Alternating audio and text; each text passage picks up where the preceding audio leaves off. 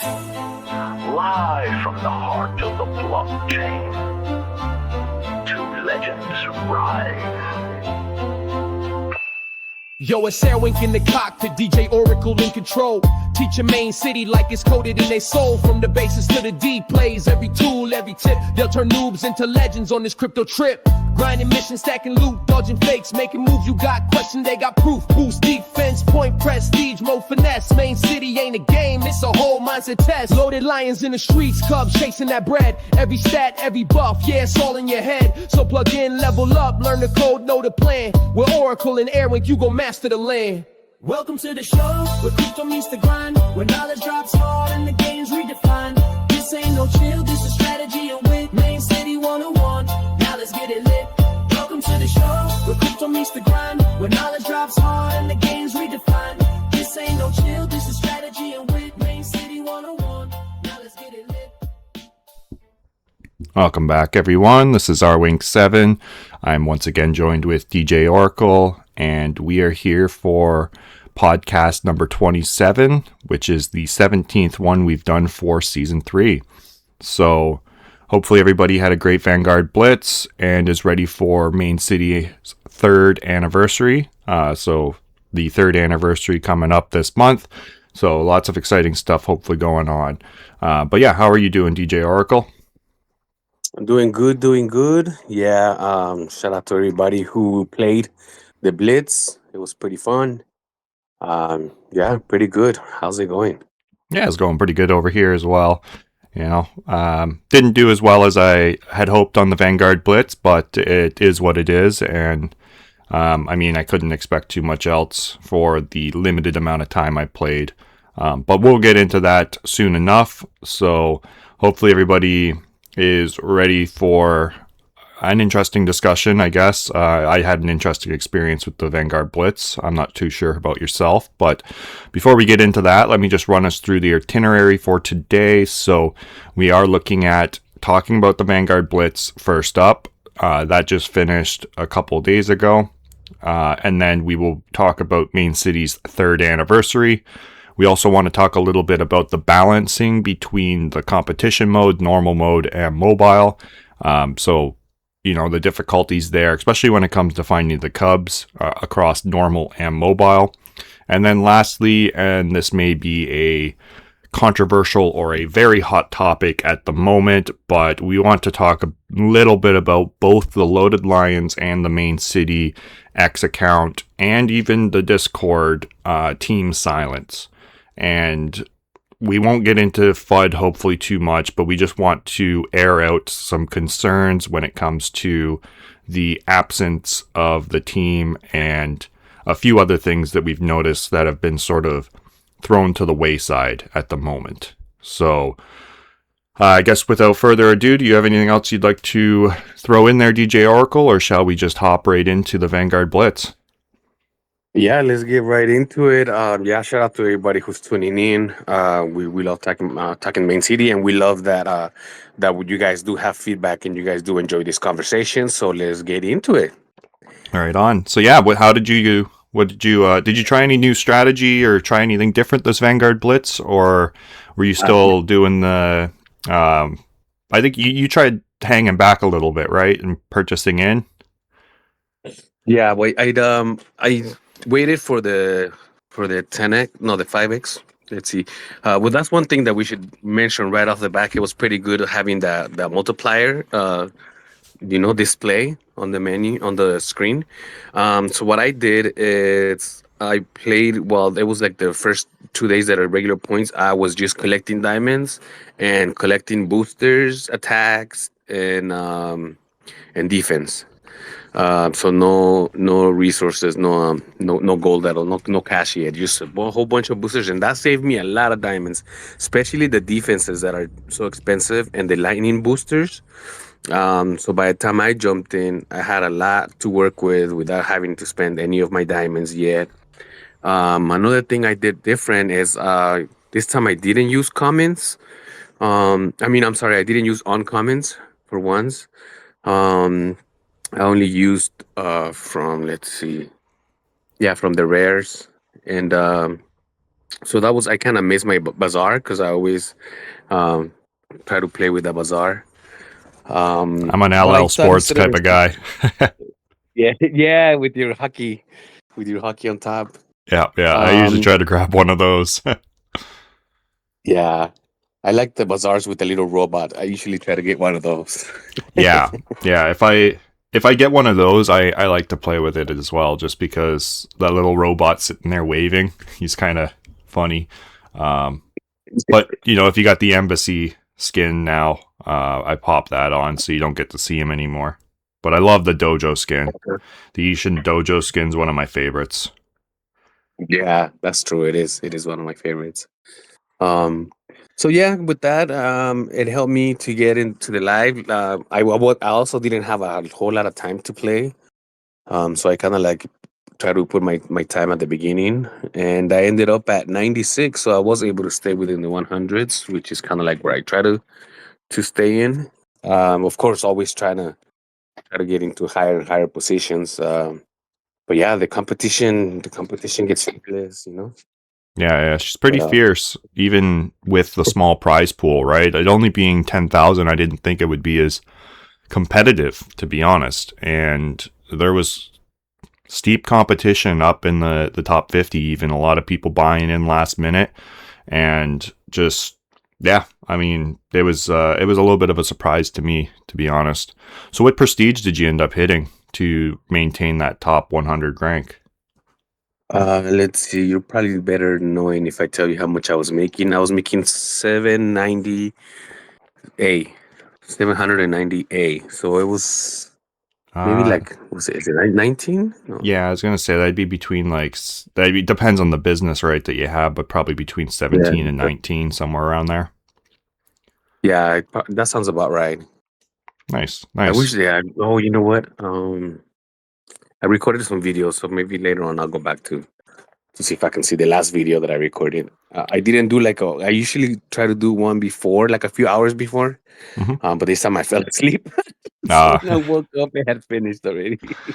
yeah, I know. I think I recorded in like the last 2 hours basically, because I came back from work and I forgot to put my cooling pad in, so I tossed that into the fridge or into the freezer. Sorry, to keep it helps keep my laptop cold while I'm recording. So, um, then I did just a quick my little normal strategy and layout video that I do. Just one, it helps me, you know, and I think the community, people that do watch it, can learn a few things, and I've had people give me that feedback. So it's just something I like to put out. One, to help me kind of recap. Okay, what did I do? If I ever need to go back and watch a video, I could be like, what? How did I get this rank in that competition? I go back and watch that video and be like, oh, okay, that's what I was doing. Now I remember. But yeah, I mean, I played a little bit different. I usually do similar to like yourself and push for the first 10x, but I was unable to play the Sunday afternoon that it would be here, and then like the first 10x is basically Sunday evening for me. So I was unable to do that, and then Monday we traveled a bit, and I made it back Tuesday, sort of like 1:30, 2 o'clock here, with about 5 hours to go before, or 5 or 6 hours or something like that to go before the second 10x. So it was sort of a scramble, and I know I probably made the mistake of like just jumping in too early, in a sense of like, I went to the market and started looking around, and I was like, man, there's nothing here, right? So I ended up bidding on the only like there was three or four motors that were all listed at the same price, and every other one had a bid already on it except for this last one. So I was like, all right, put a bid in on it, and I'm not even kidding, man. I think it was a half an hour later, there was the same price, two prestiges higher. I was just like, you gotta be kidding me. Can I undo this bid and just switch it over to this one? But yeah, I think that's one of my biggest gripes about this competition. And I said it in my layout video when I was discussing it. The lack of competition for rank 1 really hurt the rest of the players that do the strategy that we were doing, right? And sound like a dick, I guess, really, because it's like a lot of people sit there and go, I hate these buy-in strategies. I hate these people that just come in and buy in. And, you know, I've been grinding from the first second of the competition. You know, like shout out to Edgar Allan Crow. He was grinding from day one, right? And barely just got pushed out of the top 10 there. So, whereas you get people like FFTB Hacker and, you know, who did the buy-in strategy on the second last day, right? And Fiend for Crow does that normally too, right? And so I feel that sentiment, right? It's like I've been grinding for the entirety of the competition, and you guys come in and basically just purchase yourself rank 3, right? But, you know, they put a lot of money in to get that rank, right? And it's not like they're walking home with, you know, a couple 3-4 million extra vouchers. They're probably, you know, getting exactly what we're getting, right? Maybe 1 million, maybe 2 at the most, right? But obviously, yeah. So, but yeah, back to the issue at hand was that Golden Tree controlled the market, pure and simple, right? He was the only one there to really be able to produce businesses that people were interested in buying. I mean, Crypto Ocean was there for a bit, and then he sort of tapered off and just was not keeping up to the prestiging capacity that Golden Tree was. And then so Golden Tree was just the only one selling big businesses, really. And the businesses he was selling, I think I looked at it and he was like selling ones that were like at least 5 prestiges below his current rank, right? So, that, you know, makes it so that, one, nobody can catch him for sure, because even if you buy that business off of him, you're still going to be 5 prestiges lower, and there's no way for the boost that you get from attacking your way up the leaderboard to make up that difference in prestige. So that's sort of one reason why he does that. And then, I mean, the second reason just being, you know, he's in control of the market, so he can make whatever he wants. He's still selling things a couple of prestiges above what Crypto Ocean can produce, or at what Crypto Ocean was producing.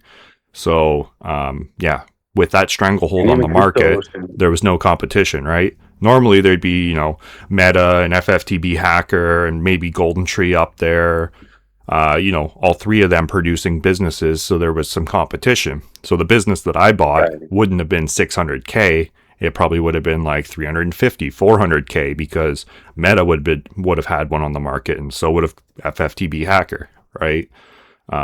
But so they would adjust the prices to, you know, yeah. There be more suppliers, yeah, exactly. And then so my biggest mess up was probably purchasing that one. I should have waited an hour, and there would have been one with a couple prestiges higher. I could have purchased that, and I would have been able to pull myself into live rank, you know, live rank 5, live rank 7, somewhere in that range. Whereas I did not even, I think I broke the top 10 for like maybe an hour, like on live rank. So I wasn't accumulating the live power quick enough to be able to pull myself into a good rank. And I sort of stalled out just outside of the 50s. And then with that, I sort of like slowly over that final 2x day or whatever, pulled myself into like a normal, like into the mid 30s. And then I just sort of sat there for the whole of the composite or the remainder of the competition there. So it was different. Yeah, I actually saw the video. Like you said, the whole community, we all appreciate that video that you do at the end. And yeah, we also saw kind of like how the difference between the last blitz that you were able to sell more cats, right, than this one. Yes, yeah. Mind you, that was also, I played on the first 10x, so this was a bit of an experiment for me, playing on the second 10x. I wanted to see what it would be like. And I think just the point difference between, you know, me hanging back that long and then not being able to pull myself into a high live rank just really limited my ability to pull myself into the top 20. And then, you know, at that point I would sort of like slow down and see my rank decline as the other people that buy in on that final day pull themselves up, right? But it is what it is. I still made a profit, so I'm not going to complain. I'm still over 1 million vouchers coming my way, right? But it still is kind of an annoyance where it's like, man, if I would have just waited that extra hour, I would have had a better business. If the bus took an extra hour, I would have been better off, right? Right. Yeah. But that's, it's kind of like it's a perspective that we see from this side of the timeline, because it could have been also that let me wait, and boom, somebody's put the bid on that one that it was, the other two were already bidded on. And if you would have waited, like it's easier for us to say on this time, oh, I could have waited for a better outcome. But at the time, like even the blueprints, some of the gold blueprints, at a certain time, they're like 5K. And then they go down to 1. And then at a certain point, when people are like in between 10 and 20, level 10 and 20 to get more gold blueprints, they start kind of like going up again to 3, 4, 5. So it's kind of like hard to time the market sometimes, Yeah, it's interesting. I never watched blueprints, to be honest. I'm just like, I always have so many blueprints, and usually with purchasing my gem business for my city, right, off of the market to sort of be what I pull myself up to, and then I fill in the ranks with an uncommon, a rare, and then something else as well, right? So this time it was a Felice. I got lucky with that quality 4 pull, and a ton of extra Felices that were just sitting there. So I had 2 attempts at quality 5, which I'm glad I was able to make that quality 5. I think it really helped my city. And I ended up... the higher quality. Mm-hmm. Yeah, and then just for... completeness sake, since I asked you what prestige you ended at, being somewhere around 18, 19, right? I think I hit 34, I think it was. Mm-hmm. Oh, nice. Wow. But I started 34. off with a prestige 21, which converted to 22 because it was already maxed out. So that definitely helped. But if I would have purchased that 23, which turns to a 24 as soon as you meet prestige requirements, that's where I think I could have easily been in that like live rank, maybe even 4. Live rank 4 would have been like, enough points to really pull me into probably the teens, low teens. I might even been able to see myself just outside of the top 10 there, and then slowly get pushed back down the leaderboard. But hindsight's 2020, right? Yeah. And you were actually were able to maintain your live pretty well, huh? Yes, yeah. Like really close to the you were on your rank. And that came with a lot. So this competition, I will say, I put a lot more work in than I did the last competition. Like I was like normally like the last competition before which was the expedition one. What I was doing, I barely even ran resources after the first 10x day. Like I would do the odd one here and there and not do them as like consistently. But this Vanguard Blitz, I had them sequenced, like they were 10 minutes apart. So I was able to like get the cash, go back to my city, level up some of the businesses, then switch back over, grab more cash, and after basically as soon as that expedition ended, I was sitting there just pressing the apply button, right? Like I would already have the filter set up, and I would just click apply until I see the little red dot pop up. And I'd go back, grab my mission that just ended because it was one that I could solo or almost solo by myself with a tent, right? Just doing the medium ones, and then I would get it filled, basically launch it, grab the cash, go back to the city, spend it, come back in, wait for that expedition to end, do the same thing, get it set up, bam. That way I got my expeditions basically 10 minutes spaced apart, and it gives me enough time to go into the city, spend the cash, possibly get up a prestige, and put a good booster on that business that just got up to a next prestige, and that would increase the amount of reward coming back from the next expedition. And I would try to sequence it like that so that I could sort of like escalate elevate the amount of cash that was coming back to me and potentially do a whole prestige cycle in that manner. But once you hit the higher ranks, it was less of a whole prestige, and I would get through like half of it. I'd usually get stuck on the cool cats or something. And then Yeah, pushing too many forward. businesses. Yeah. Yeah. But it Yeah. was interesting. It worked. Yeah, I kind of like did the same. The same. I ran a few hard and mostly mediums while I was collecting. Like when I had no cash going on, it was mostly the mediums, Hmm. and then when I started playing, then I switched from mediums to easy on the cash, the ones that were coming cash, and I was doing it kind of like you. I was doing it every 10 minutes, so I would kind of like send one out and then kind of like set the other one up and then wait for people to join, and that's how I would like leave space so that the same thing, like I would get the first load of cash. Then try to use it up. Usually, like you said, it would come because it takes like an hour and a half, 2 hours. So by the time it comes back, it's ready to like prestige, and a lot of times I had to hurry because I'm like, oh, it's gonna catch me still at this prestige, and I'm not gonna get the higher income. So there were a few times that yeah, like you said, I had to put in a little more work because of the timing sequence, but definitely the timing sequence helped. So I kind of relate to that, except that I was doing them easy at the time, and I was pretty much sometimes I would like because like I said I was doing one group, I would leave it and see if people would join while I would start looking for the next one, and that's how I would leave time in between them. But at times if it didn't fill up, I would just send them solo because they were easy, they were on easy mode. But Yeah. yeah, I definitely like these expeditions.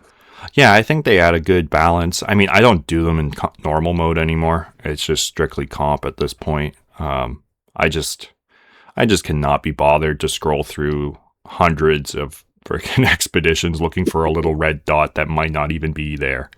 I mean, that's like Yeah, that's so. another thing. How come it works for competition? In the competition, if the little dot is there, then there is rewards. And once we collect them, it does go away. I don't understand why it doesn't happen in normal mode. Yeah, I just think that we've got too many in the log now, right? And they need a better way to like filter them out. We shouldn't even. It's like, why are you showing me an old expedition? Especially the failed ones. I don't need to be reminded of Oh, my exactly. failures. Oh man, I launched two that were like 92 and like an 87, right? Just because they just weren't filling up, and I was just like, screw it, I need to launch it to keep my sequencing, and then they failed, and I was like, really, A 92? a 92 failed. I'm like, I know Wow. that there's terrible roll rates, but like, and it was both of them failed, and that was in the same sequence. So I went from 5 cash payouts down to 3 at that point, and I was like, this was absolute dog. Like, what the hell, man? I was so frustrated because it was just like, how, like, I know we miss 95% opportunities all the time, but it's still just like a 92. But now I get why people are like, I don't launch unless it's 100, right? Because it's like a 92 failing just is like, it's just not even really, I didn't even consider it. I was like, okay, it's 92. What's the chances it's going to fail, right? People are succeeding on 2% chances on the epic one or the extreme ones, right? So it's like, oh, well. Yeah, no, I could totally relate. But especially like the only difference it's that it's main city percentages. Like how do I fail 3 merges is the 3 in a row that are at the to go from to get quality 2. Yeah, What the are those? Are 290. 90%, right? Yeah, Success those rate? are 90. It's like, 93 times in a row. A 90 really? yeah, no, it's, So I don't know. yeah. It is what it is. It's main cities, luck of the draw, which honestly, it's like, I think the percentages are still wrong, but I mean, the developer, we've extensively tested it and it comes back as accurate, and it's like, okay, whatever. As intended. Yeah. It's working as intended. Yeah. Yeah. So hopefully they have a solution. I mean, if they're going to sit there and show us, though, past expeditions, even if they failed or anything like that, then what they need to start doing is also showing us what equipment we brought, who was on the mission, like give us a little bit more details, right?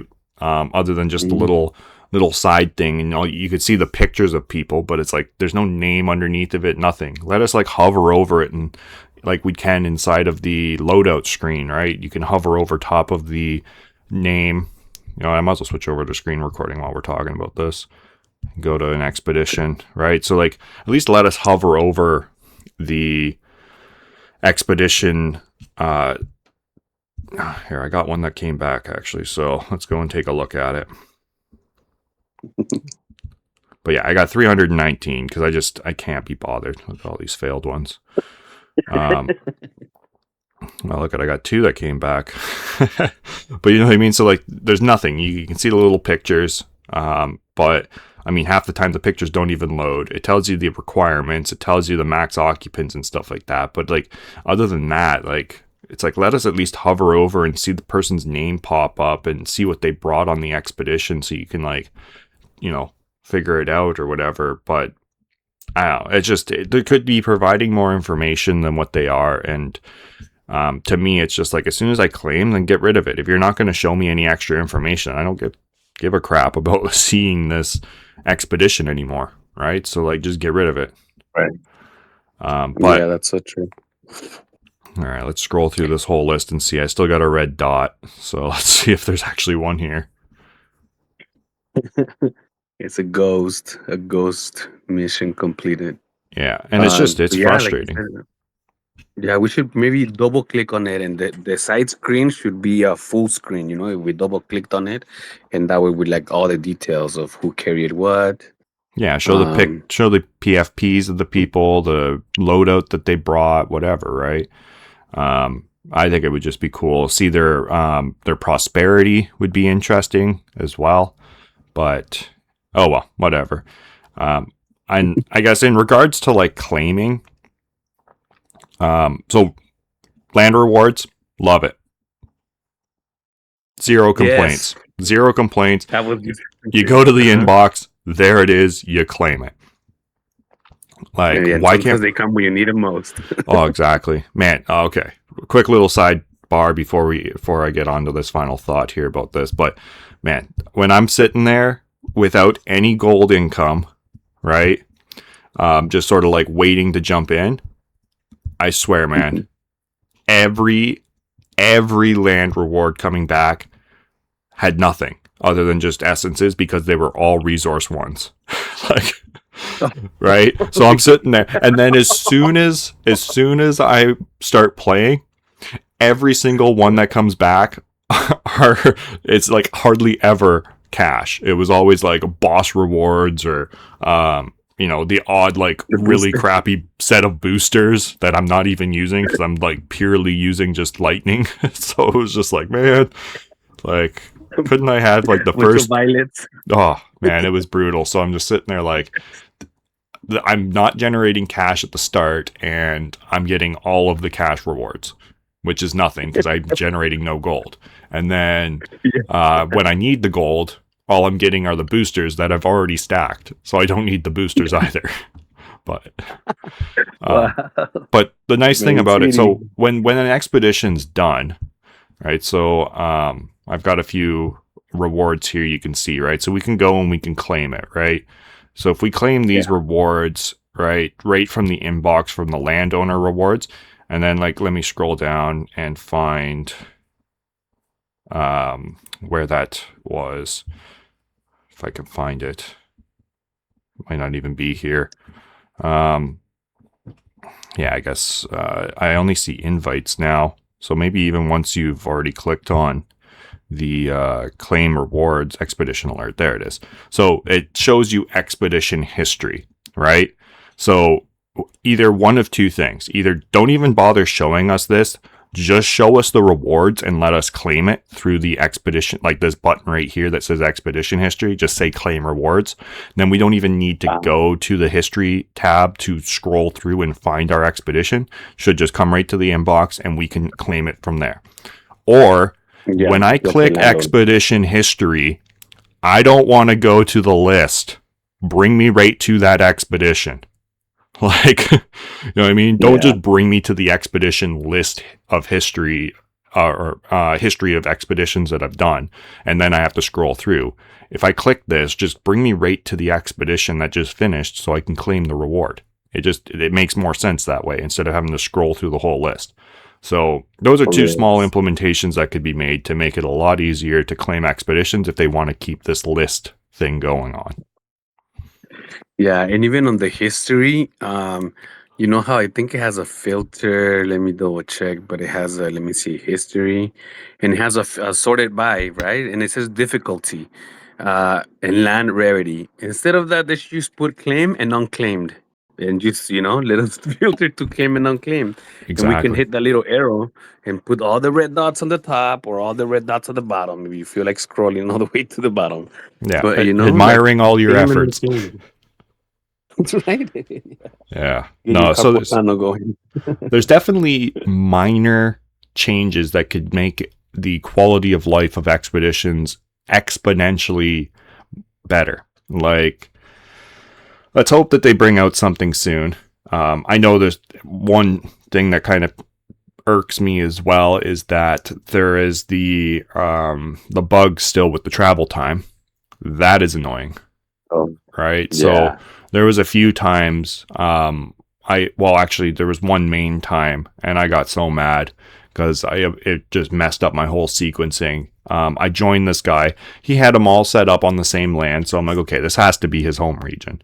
Right? He's got like 4 different expeditions set up on the same land that I'm on, Sapphire Sanctum. That's usually what I choose. And yeah, he had all of the good ones already. So I'm like, whatever. Okay, I'm just going to join this guy's expedition. He's a Legion member. He was up there in the leaderboard with me as well. So singularity, I'll single him out here. But Yeah, so you don't quit people that he doesn't keep doing it. So oh, yeah, go ahead. exactly. So if he's listening to this, please, sir, choose expeditions from your home region. He goes and he launches it. And I thought, okay, it's got to be the bug, right? Showing weird expedition times and travel times. No, it was 3 hours. It was a 3-hour travel time. And I'm like, You dude, saw this was an that hour big and a one, half mission, and it's going to take us twice the mission time just to travel there and back. Now I'm stuck on this mission for almost 5 hours, where it would have been a 2 hour and 20 minute mission if I would have launched it. So you just doubled Right. my time for literally nothing. So yeah, as Yeah, soon as I you saw know that, that. I'm like, I'm never joining this guy's stuff again. I don't even care if he figures out how this works. I'm not joining this. Yeah, and speaking of, man, I feel so bad because one thing I forgot is I launched in my first expeditions, And you forgot to and change I also region. choose Sapphire. Yes, so I went from Crimson to Sapphire because I usually choose Sapphire, especially because that's also what I have in common. And I got so excited, and when I saw the little, the line that goes from region to region, when I saw that going across, I was like, "Oh, I'm so sorry, guys." Yeah, no, I did Feel that bad for them. last competition. I did that first thing. I go in, I set everything up, right? I got my girlfriend to go and set one up, and she did the same thing too, right? We're just used to normal, right? So she's setting Yeah. up on Molten Forge. I was setting up on Sapphire, getting everything going, right? And then go and launch it, and we're both leaving from Crimson. I was like, oh, shit, we better change that right now. Do that. So then we changed and it's just like, so I remembered from last time making that mistake. So I was like, first things first, as soon as I clicked on it, go change my region. Bam, this is the region I like. All right, now I know for the next one. But yeah, and you know what? I also got into an expedition like that. But like you said, sometimes we think that because of the name, because it was I'm pretty sure you've seen the name Pollock USA. Yep. Yeah, so he was like up there on the leaderboard. But again, when I joined the expedition, I saw that line that goes from region to region, and I was like, oh, this is gonna take a while. And I Yeah. was like, but he's up there. Like, I wonder why. Is there a distraction? Is it, No, I think they just don't know, understand what to do, right? What they're doing is they just go and they filter for the difficulty they want, and then they just scroll through the entirety of the list and just find the really easy ones, right? Which is annoying because then it's like you're locking up an easy one that somebody could more effectively complete just because it's an easy one for you, right? And to me, it's like, why waste, right? Like, why waste an extra hour of travel time? Like, that's almost another half a medium mission that you could run that now you're just spending traveling. Yeah. So Yeah, definitely. Yeah, he was actually top 10. He's the one that pushed Edgar Allan Poe out yeah, of yeah, the. Like he ended up at 10. yeah. I think he spends a Um, fair amount, but I can't say for certain. I've talked to him a few times, but yeah, I mean, I think that's all we really got for the Vanguard Blitz to discuss, right? Do you have anything else you wanted to toss in? I mean, otherwise we're just going to sit here no. and gripe about expeditions. Yeah, no. The other thing I would say is that I would when I wanted to merge my Cineplex or my Leo. Sometimes those businesses were, let's say, 2 or 3K, but the gold blueprints were 1K. So that's why sometimes I buy the gold blueprint instead of buying the business, because Hmm. either pretty much anything that comes out of that blueprint I could use one way or another, you know. Yeah. Um, and then sometimes I'm able to actually resell them for like 5K sometimes. And so I did buy a den. I think it was like 2 days before the last competition, the last day.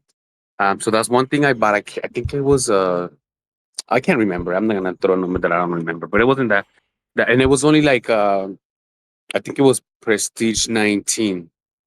And then I also bought Cool Cats for like 1 or 2K, just so that I don't have to like prestige up, and they're already up there, you know. And they were like one, and I made sure again, like guys, if you're gonna buy something from the market, make sure it's full level, and that way when you play some, it'll give you the most for the buck. And not only it wasn't just the Cool Cat wasn't just meeting the prestige, but it was also like you know we giving a little bit more of the contributing. That's the word, contributing more to the pot. So that was my market activity that I wanted to lay out there, put it out there.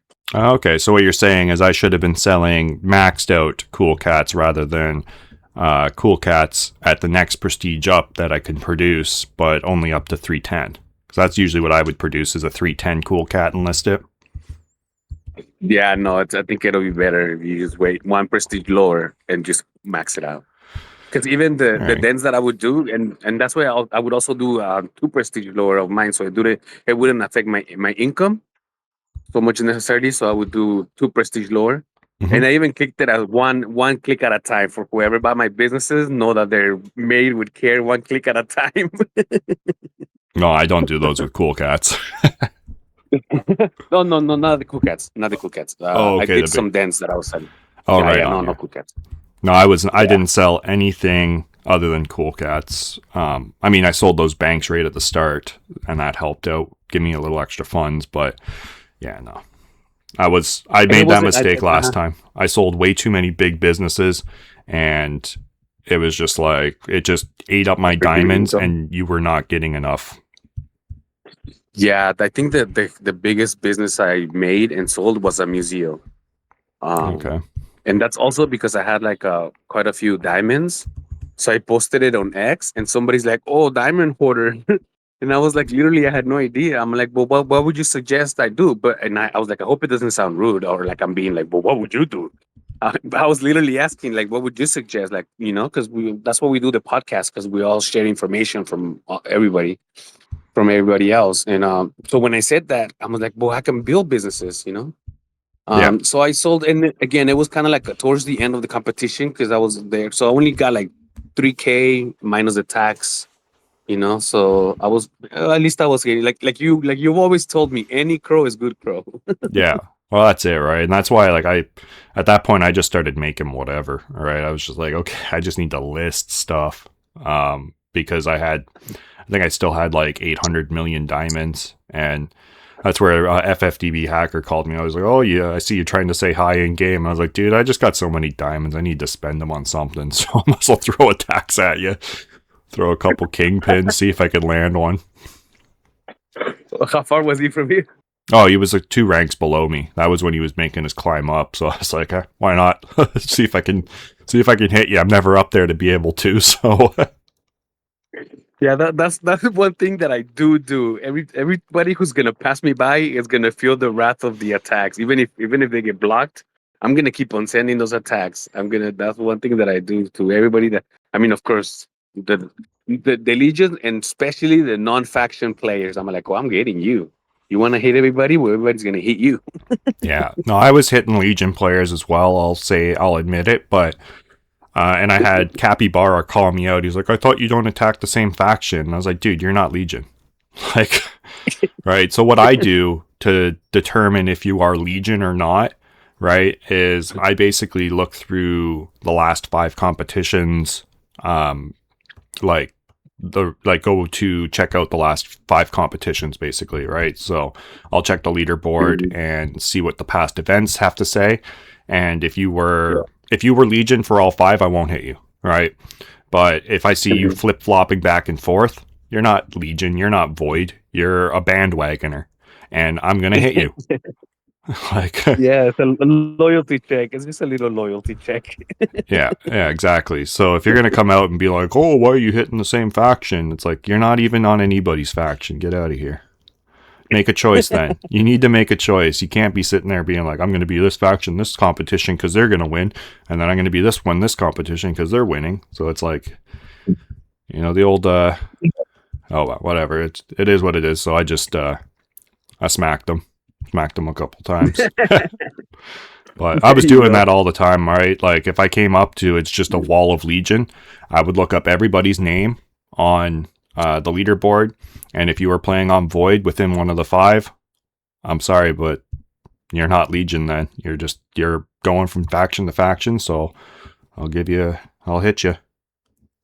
Yeah, yeah. And then I had Vlad.Crow. Vlad, I think he's active. Yeah, he's active on the Discord because I hit him and I guess I landed some really good rolls. And he's like, bro, have mercy. Oh, I saw him saying that, yeah. Yeah, so every time somebody kind of like calls me out on the Discord and says that, I'm like, I guess it gets to my good side, and I'm like, all right, I'm like, that'll be the last time, that I hit you. And then like I think like 6-8 hours before the end, and I would even see him right open, and I was like, man, I want to hit you so bad, but I already said I win it. And like 5 hours before, he sent me an attack, and I was like, yes, now it's open again. So I just started hitting them again. Open season.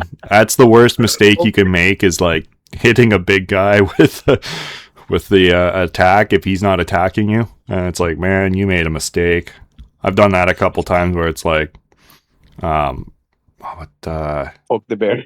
Yeah, like strong one's pretty decent. But like even like Pollock USA, right? Like you hit him and he comes back tenfold. It's like, man, that was a mistake. Yeah. Who else is it? I was sitting right beside him on the leaderboard. Why am I skipping on his name at the moment? Just give me a sec. But Strawman. Strawman's another guy. Cali Parrot. I've been hit by them as well. Oh yeah, Cali Parrot. Yeah, they got some strength behind them. Oh, Rom L24. I sat right beside him on the leaderboard near the end there for a while, and we went back and forth. He's got some power behind him as well. So yeah, there's a few people that's just like you get smacked by them, and it's like, ooh, wow, that was a bad choice to make. Poke the bear, right? Poke the bear, and then some of them have really high like defense too, and sometimes it gets a little frustrating too that you can't get them. It's like I was going at it with Lion Hack, but I couldn't get to the defense. Yeah, he's another one. He's got, if I remember correctly, he's got the Venom Monk legendary.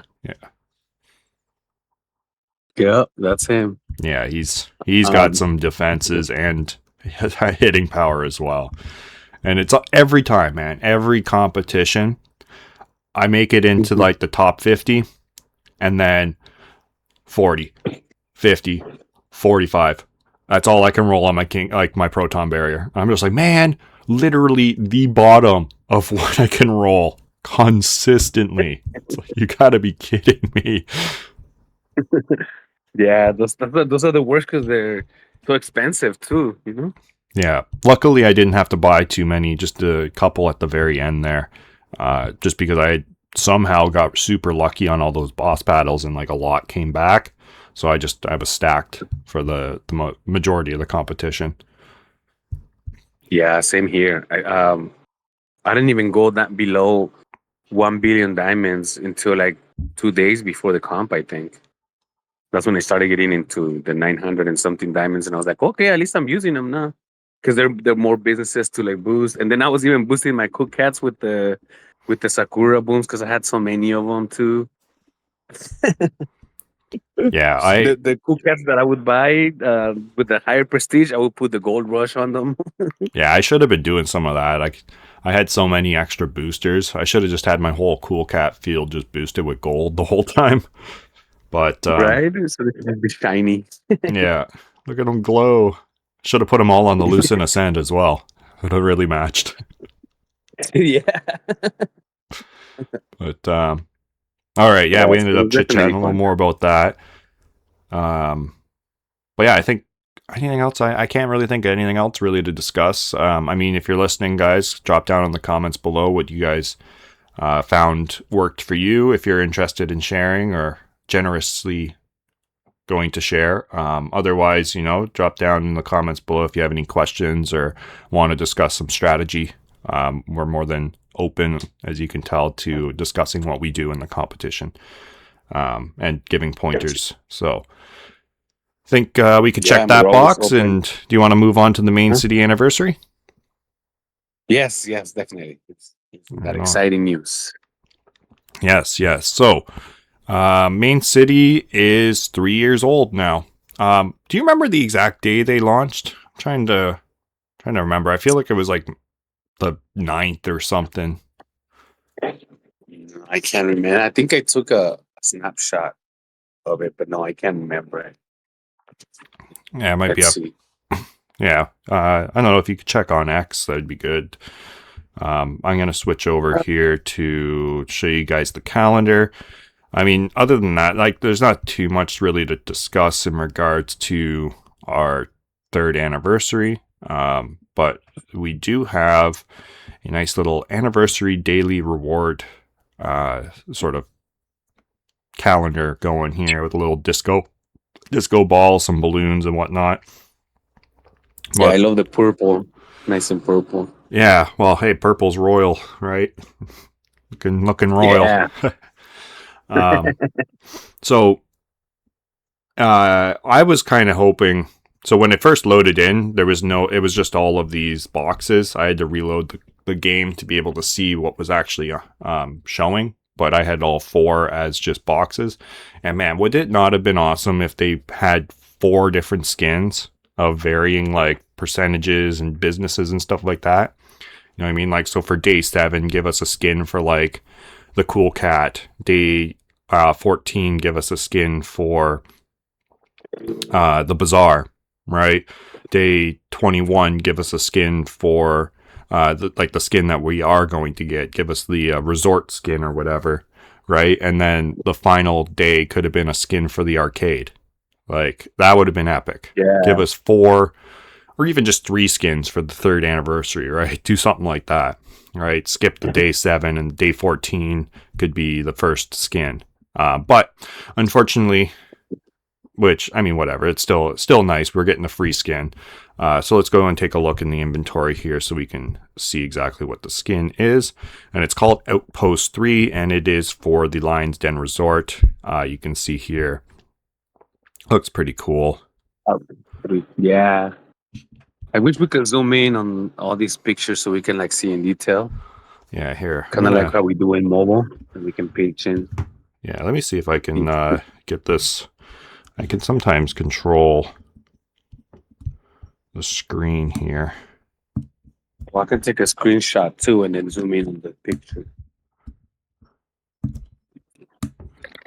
Yeah, that looks like a space station, no? Right? Like a little. Yeah. So I don't know. Maybe this will come up on the video a little bit better, but that's sort of what we're looking at in regards to the business. Yeah, it kind of looks like something you would see on Mars, right? Sort of like a little sheltered dome. Now, it being called Outpost 3, so maybe it's something that you might find out in the Crimson Dunes or something like that, right? But yeah, not too bad. I'm not going to complain about a free skin. So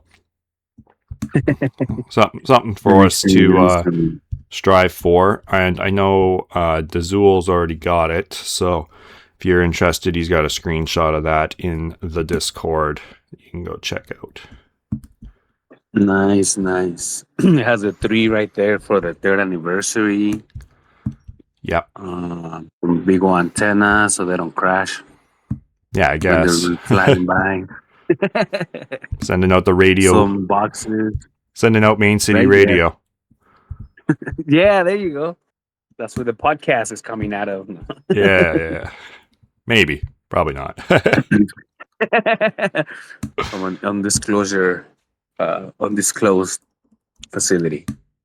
Yeah, any free skin is always nice. I like your idea that 3 skins, one for every year would have been definitely nice.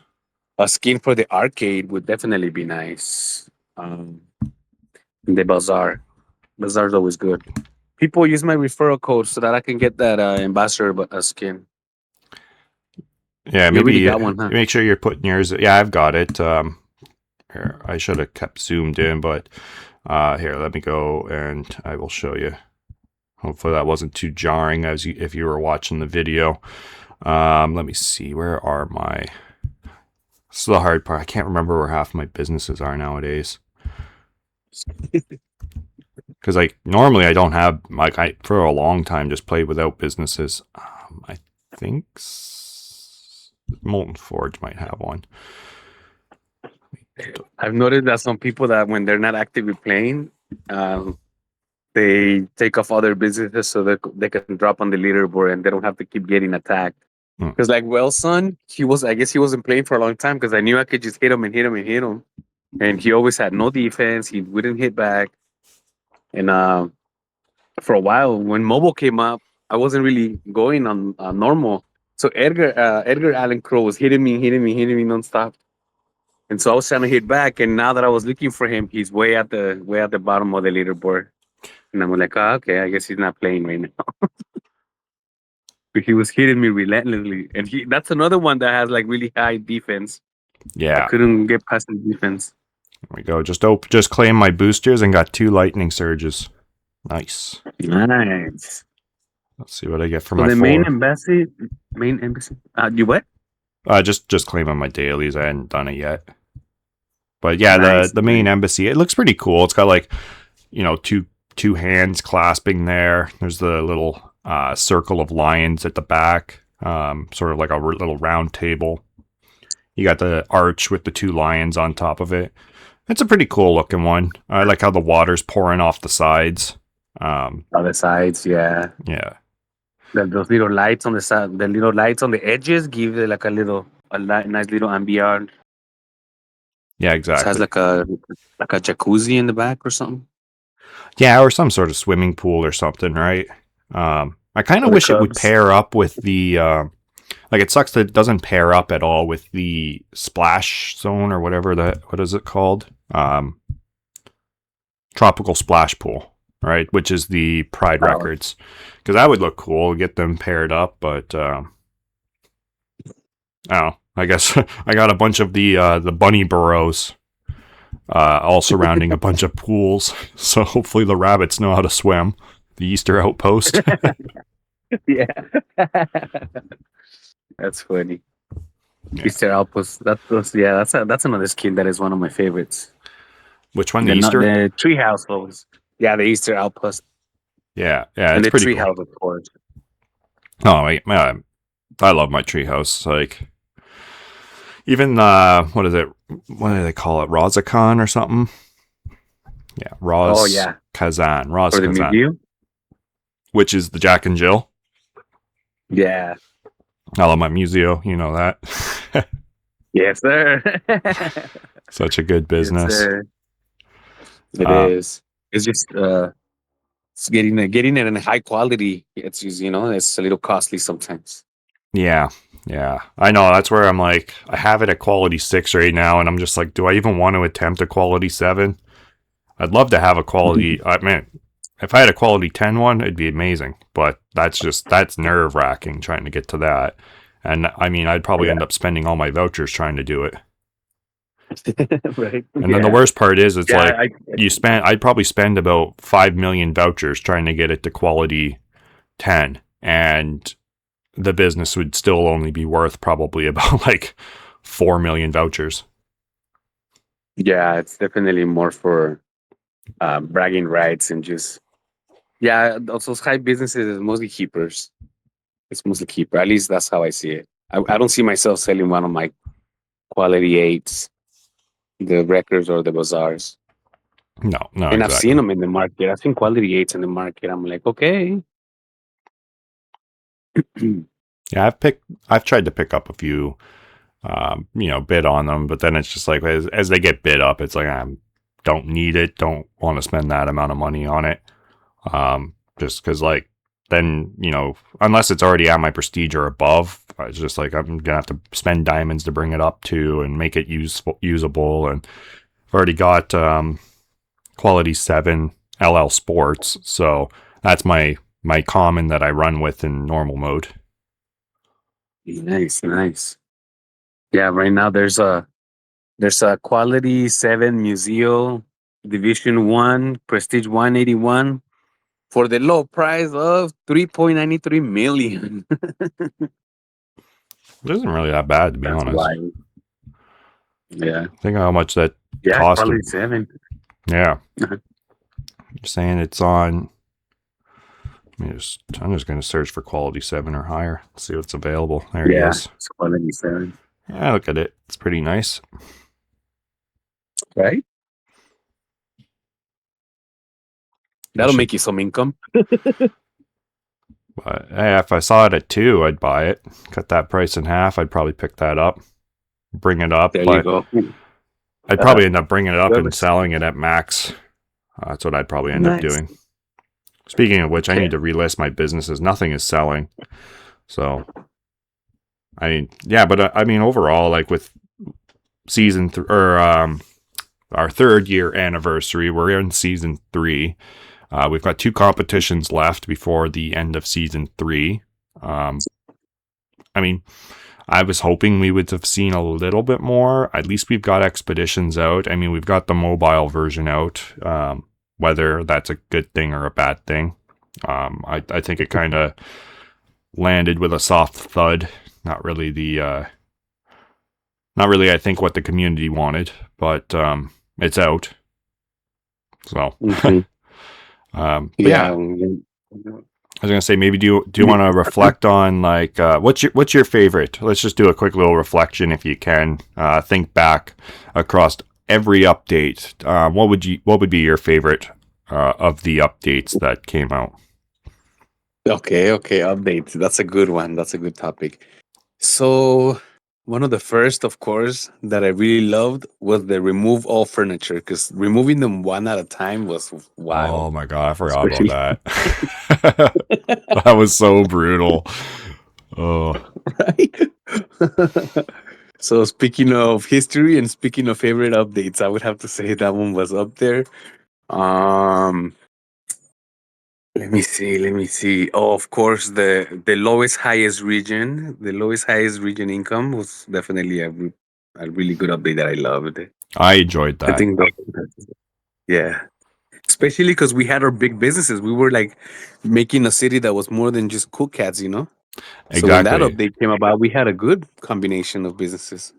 Exactly, because that played into building a city, right? Again, now we're back to, I mean, I run 4 main businesses and everything else is cool cats.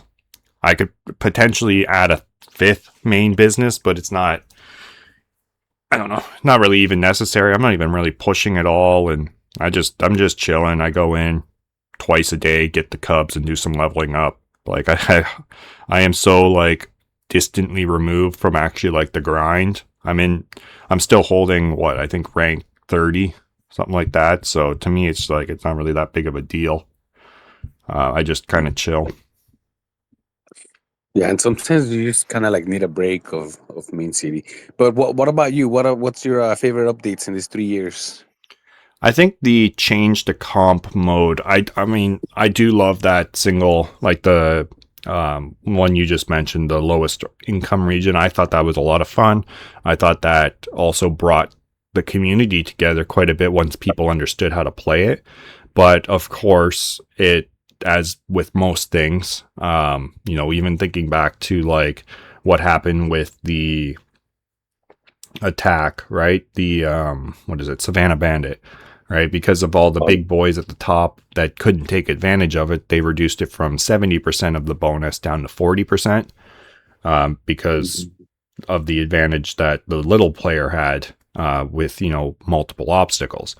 But again, people complained, oh, this isn't fair. Now, we have to go and make brand new cities and all this type of stuff. And it's like, yeah, well, like, people that were playing to build a cool looking city and have fun, opposed to just being at the top of the leaderboard, were at a significant advantage now that they chose the lowest income, right? But, a lot of people at the top complained because, oh, well, no, we got to do this and this and this. And it's like, well, it makes it so you guys are slowing down, right? The whole object of what I think the devs were doing with that update was to try and slow down the people at the top, because you guys were just running super streamlined cities, right? Where it's like, I think some people straight up just run high quality dens and then the rest are cool cats, right? Run 5 high quality dens and cool cats, and you're producing enough gold that you can just basically do 2-3 prestiges a day.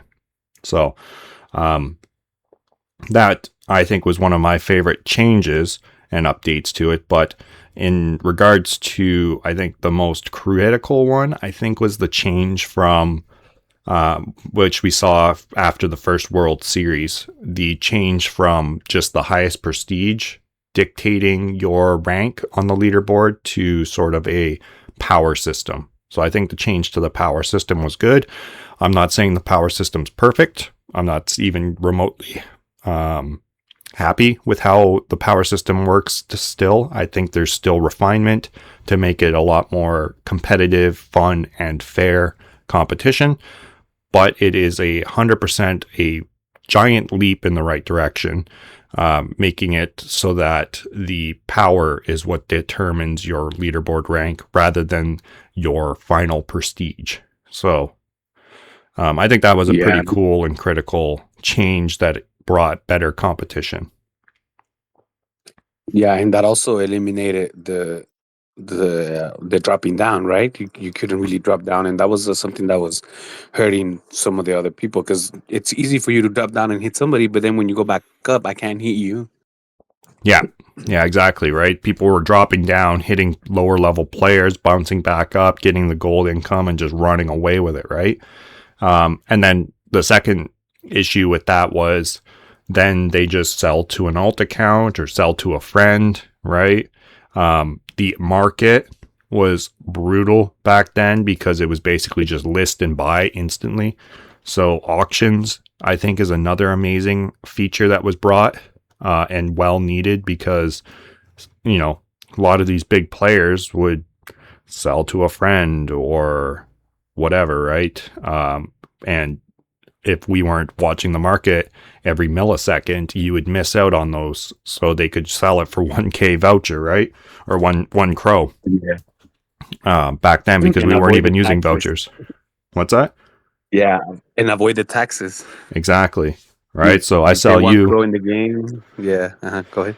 Yeah. So I sell you a big business, and that's why I originally thought they introduced the 20% conversion fee, was to punish those players. Right? Because it's like, okay, if you're going to sell it outside of the game and then you're bringing in the money for free anyways, we're going to charge you a 20% instead of the 15% you would have lost on the market.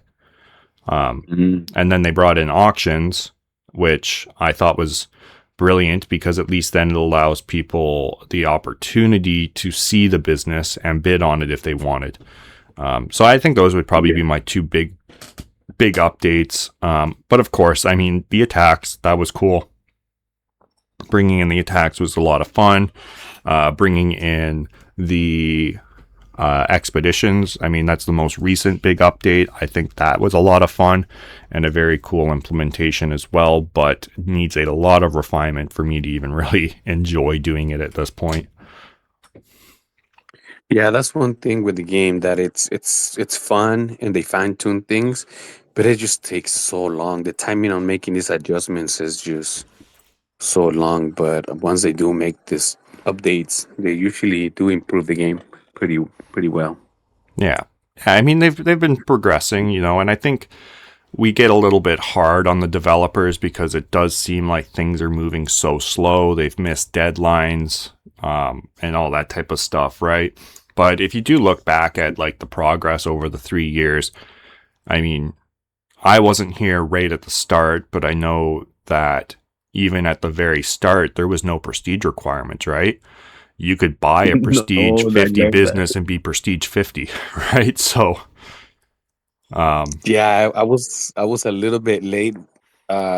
So when I was able to buy, I think after I bought one that was a higher prestige, and I was like, "Whoa! I can put everything, all the furniture that I now, I can just really fast." And then like maybe like a week later, they switched it, and I was like, oh, maybe even like a few days later, and they made it so that if you remove your business from the land, and it was producing at at the max, but once you removed it, then it would go back to like needing to meet prestige.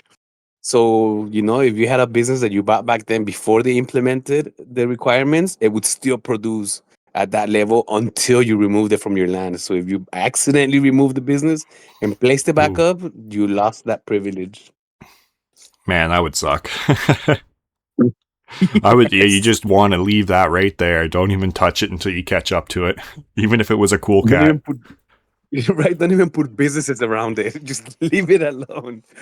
Yeah, do not touch. Do not Uh, touch, yeah, out of service. yeah, so I mean, there's been big changes. I mean, it's an ever evolving game, and I hope it continues to evolve. You know, I'm optimistic that there's a lot of potential here. It's just it seems, and we'll get into this in a few moments, that there's lack of motivation or focus or something from Crypto.com and the Loaded Lions team. But Yep, yeah. I don't know. I guess in the future, you know, I'm still looking forward to. They talked about being able to like walk around our mansions, right? Going and visiting friends' mansions.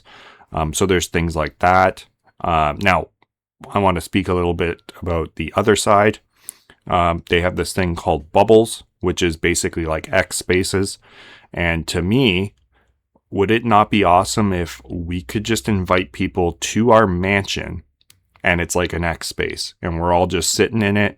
We could walk around with our avatar, go and check out the different rooms and whatnot, but we're all just talking as though it's an X space, and you can open it up and make it like an open room that anybody can come join, right? Or it could be maybe have like a maximum of like 10 speakers that can come and join. But then anybody could tune in and listen. Like that would be amazing. There's so many things. Like they need to hire somebody that's from the community, right? Like Papa Bigfoot, myself or yourself. Like we've got ideas, even Pampa is out there throwing out ideas, right? Like somebody that's familiar with how the game works, what the community wants, because there's small implementations that could be made just to make the game more entertaining and engaging. But right now it's like, I think a lot of people are getting the fatigue. I've been playing I think I started in October. So in October, it'll be my 3rd year anniversary. So I missed August and September, mainly because my dumb ass was sitting there going, oh, it's going to come to mobile next month. Oh, it'll be on mobile next month. Lo and behold, if I would have waited for mobile, like, That's wild. That's a wild story. Imagine. oh man, just keep saying that. And then by the time mobile comes out, goes, oh, it's not even tied to the main game. It's just a reskin of the game for mobile, and you can't even earn money playing it. So very glad I jumped in when I did. My big pressure to jump in was actually the World Series 1. I was like, okay, I'm not missing the first competition, right? So that's what got me to jump in and start learning the game. What was the first competition was like end of November or something, right? So Yeah, I think so. yeah, so I think I gave myself like a month and a half to sort of understand the game, get the gameplay mechanics down, and I would have finished top 500 if the way the leaderboard worked at that point, right? Like we said, it was just based on your prestige. And I tried to sell a couple businesses to get some crow out of it. And the businesses I sold ended up, like I should have kept, because they would have kept me at like 40 or 450, 470, somewhere in that range. So I sold them, and then I ended up having to like grind hard, and I think I finished like 515 or something like that, just maybe 530, somewhere around in that range, just outside of the top 500. But live and learn. And then they changed the leaderboard mechanics, so I got better at maintaining a leaderboard rank at that point. Yeah, there was actually more strategizing and actually doing math and stuff like that, not just buying. You said high prestige. Buy a high prestige, level up. Yeah, because like you said, I saw a comment about how Crypto Ocean had like zero income. I guess he sold his businesses, and somebody's like, "Well, I'm pretty sure they know their math already. Like if he's doing that, it's because he knows he's gonna maintain his number two status." And I was like, "Yeah, people really do the math and really know. Okay, there's only so much time." Or like sometimes they even ask you, "RWINK, do we have enough time to climb up the leaderboard?" And you're able to tell like how much time, kind of like how much they're making and stuff like that. And shout out to you guys for knowing all the math and all that. Yeah, crunch the numbers. I know I saw right near the end, Spooners, he was flying up the leaderboard, and he came up like right below me, and he's like, "I think I'm gonna pass you." I crunched the numbers, like, "No, man, you're gonna be a couple million short." And he's like, "Oh shoot." But that's where, like with Crypto Ocean, he realized there's no way FFTB hacker is going to catch up to me. I might as well just sell my businesses, and I've already secured rank 2. On that note, he did that as well with World Series 2, and it fucked over the Legion. Pardon my French there, but he sold out basically. I think it was like 2 days or like a day before the very end of it. He sold everything out, dropped down to 0, and then with everybody going void at that point, right? We realized, oh man, he needed to still be collecting that live power to keep us in a good standing to win the war. And with him selling out, and then he bought back in, trying to get more live power to help the Legion win. But it was futile at that point, unfortunately.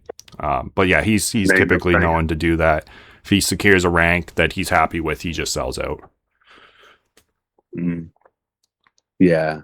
I mean, they know their numbers. People that know, Yeah. And I couldn't do that. Like if I dropped down, if I sold all my stuff, Spooners would have passed me. I had to continue generating the amount of live power I was to be able to beat him, because he was getting 2 million per hour, or sorry, 2 million per 10 minutes, and I was getting 500,000. And so those extra 3. So if I would have sold out at that point that him and I were talking, then he could have passed me, because I would have been generating like, a couple thousand points or whatever, right? Whereas he would have been still in the million, like 1.9, I think is what he was generating. And then he would have passed me by like probably 500,000. So that's where I needed to continue generating enough cash to keep my position. So yeah, it's a game of numbers. Very, very complicated numbers. Yeah, I saw Spooners too, and he's like, he was passing me, and like I said, right, everybody who's passing me by, at least I'll try to send some attacks or say hi while you're passing by. Yeah, you might as well. Yeah, and he sent me a message like, "I can't believe you hit me." And I was like, "I glitched out, bro. I glitched out. I don't know what happened. I glitched out." Yeah, computer lag. Sorry, man. Yeah, so he just started laughing. Yeah, we'll have to wait and see. I hope there's some big things to come for the future of Mane.City. Hopefully they start listening to the community a little bit better. Yeah, definitely. And like we said, the updates might be slow, but they're pretty fun for the most part. So every time there's a new update, I'm pretty excited for it. Hopefully they'll just move a little faster. Yes, exactly. All right, so I think that wraps up Mane.City anniversary. So final reminder, if you're still listening, make sure you are claiming your daily reward from the calendar every single day. That way you do get the skin at the end. If you have to go back to check it out, I tried to zoom in, so hopefully it hopefully it works on the video. I don't know, but we'll have to see. So, any last pieces? Yes, definitely. No, just like you said, yeah, I second that. Go get your free skin because again, these are the ones that you won't be able to buy in the market. So make sure you get a piece of history. Exactly, and that's the thing. As of right now, there's no way to purchase them, so they are only earnable. So make sure you do collect. Right yes, on. Yes. So comp, normal, and mobile. Now I know we've been talking a little bit about, during competitions, the at least the Cubs aren't showing up at the same time as in normal mode, right? They're offset by 2 hours. But when it comes to normal mode and mobile, it is difficult to juggle both games, trying to find it, especially because a lot of the times, at least I've only had a couple times where mobile and normal lined up decently, like they'd be the same region. More times than not, it's like you'll find the Cub in normal mode on like Aurora Wilds, and then he's in Stygian Storm for some reason in mobile. So the normal mode, they're definitely not synced. yeah, they're not synced properly. So I know a lot of people in the community have been screaming for them to change the time, like move it an hour, right? So that it doesn't line up with comp, it doesn't line up with the desktop normal mode. It's just sort of its own thing because it's already its own thing. But I mean, even to that point, like, are you playing mobile still? I was like pretty much daily up to the competition. Mhm. But that's because I only had normal mode and mobile. But then when competition starts, as usually I don't even play normal. But this time I didn't even play mobile. It's just the time is just too much time consuming. Yeah. You can only do so much in 1 hour, and you have to like choose. But yeah, definitely the Cubs. Going back to what you said about the Cubs, I usually choose. I'm either gonna collect desktop um, or do mobile. Because yeah, it's too much. It's too much trying to go through the different regions. So I totally agree. A different time would be better. Yeah, and they need to make it Um, more convenient. Like there needs to be swiping, right? Swipe back and forth to go through the lands because this little tiny button that's like 2 pixels is hard to click and get it to scroll through the lands. for reals, especially um, when you hear that sound and you think it might just get away. You want to just really go through the lands. Yeah. But yeah, three games at once. It was just too much. Too much. How did you do? Yeah, I mean I haven't really been playing normal too much, right? So I've been playing mobile. I mean, I'll check it every 4-6 hours, somewhere around there. I'll check it when the Cubs are honking. I'll go and I mean, we just missed the other cycle. I didn't bother getting them on mobile, but typically if I'm getting them on or in normal mode on desktop and I get it early enough, I'll then scroll through the lands on mobile to see if I can find it. But I mean, at this point, my only motivation to play mobile has been to set myself up with 10 lands in each region. So pretty much once I've maxed out the lands available in the primordials, then I'm probably not going to play anymore. And that's only because I'm setting it up just so that I have that for competition. Because I will play a competition. I want to try a competition in mobile just to be able to fully critique the game. You know what I mean? And give my feedback on it. But as of right now, I mean, the vouchers that you earn on mobile aren't going to be used outside of mobile. Like there's at least as of right now, there's no indication that they have the ability to withdraw them, convert them to any sort of currency that's usable outside of the game. So to me, there's not really any motivation to grind or play it significantly hard. So I just sort of log in every once in a while. I've got a decent little setup going and I just go through those, level it up, and maybe do a prestige a day, every other day, something like that, and just not taking it too seriously, but I'm still playing it. Yeah, I got back yesterday. Yeah, and yesterday that's when we finished on yesterday. Actually, yeah, it was kind of today. Yesterday I kind of did, but I lost my sequence of prestige. And so I lost my income working on a business that was already at the prestige I needed instead of bringing up the other ones to prestige. Ah, So I kind of got frustrated, and I was like, ah. But then I just went back and I just took my time, go through my businesses, go through the levels, see which was next, and just kind of move on. I think I'm at 14 or 15 prestige. So it's literally fun because literally you just play for fun. Like we literally there's no value, there's no. It's just literally for fun. So when you're on the go, when I'm on the go and I kind of miss, I don't have my laptop, and I do. It is kind of fun to play. Just the game. It's kind of fun. yeah. Um, so I do. I am back and playing it, but I agree with you as far as the competitions. It would be it would be fun to play a competition on mobile, even if it's just for fun and to keep the asses. Hopefully, maybe later on there'll be a way to actually put into actual value. But I mean, people pay Candy Crush just to play Candy Crush, so I don't mind playing my main city just to play main city. Yeah, yeah, and that's purely what it is at this point. I know Heather Berry, she called it out to me. I didn't really notice it, but they had updated the competition button in, I guess it now, before it didn't function. I never even bothered to click on it for some reason, but now it, I guess, it does bring up the competitions coming soon.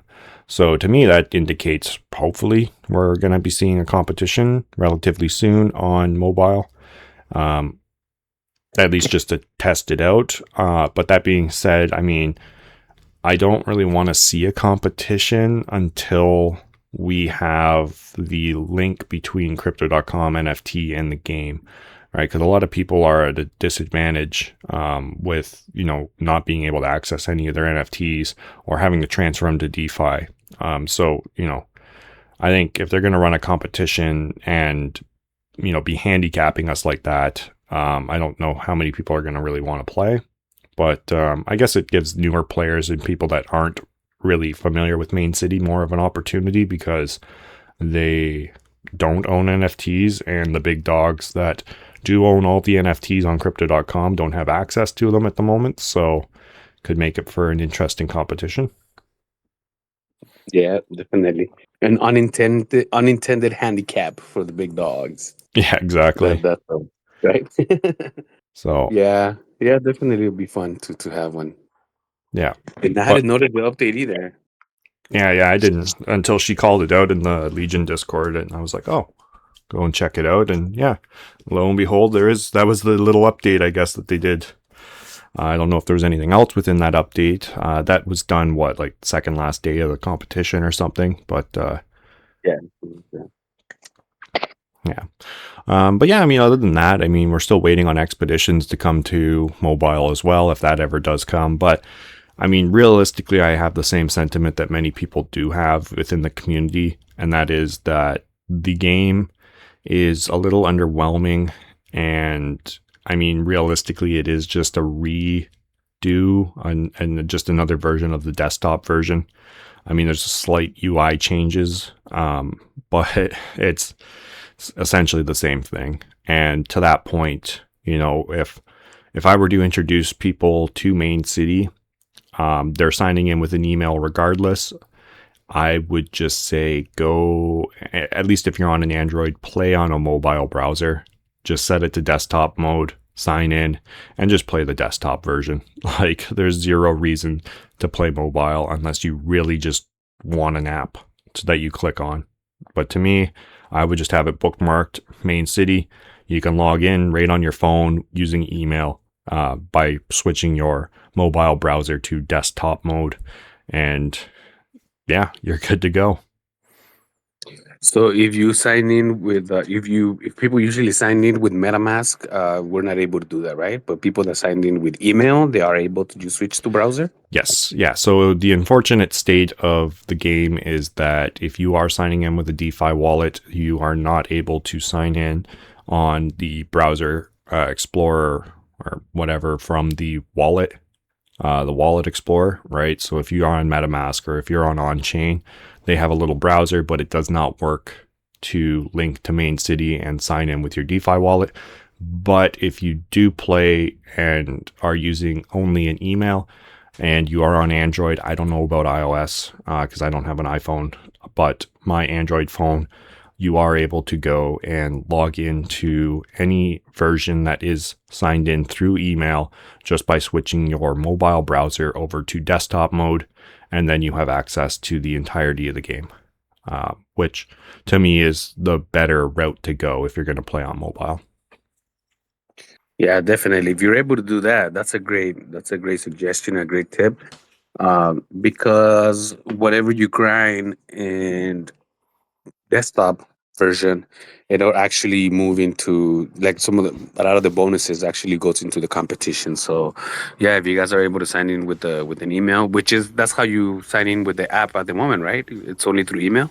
Yeah, exactly. And that's what I was trying to like stress is like you're signing in with your Gmail anyways, right? So if you're going to sign in with your Gmail on the app, but there's no potential to earn, there's no play to earn, there's no expeditions, and I mean, it's light. It's Mane.City light, right? So if you want to play Mane.City, just sign in with a desktop mode on your mobile browser, and you're good to go because you're going to sign in with your email anyways. If you want full control over that wallet, then you can import that into a wallet viewer such as on-chain or MetaMask, and you don't need to use it to sign in, but you can then use the viewer like MetaMask or on-chain to see everything within your wallet, send NFTs, access any vouchers that you withdraw, and then you can still continue just to sign in on your mobile browser.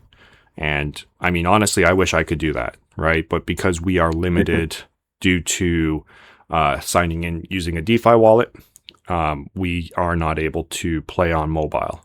But there is a workaround, and I really wish that it was more publicly talked about because to me, that's a way better version to be playing on mobile than just the mobile app. But, I'm not trying to hate too much. So thank you for bringing it up.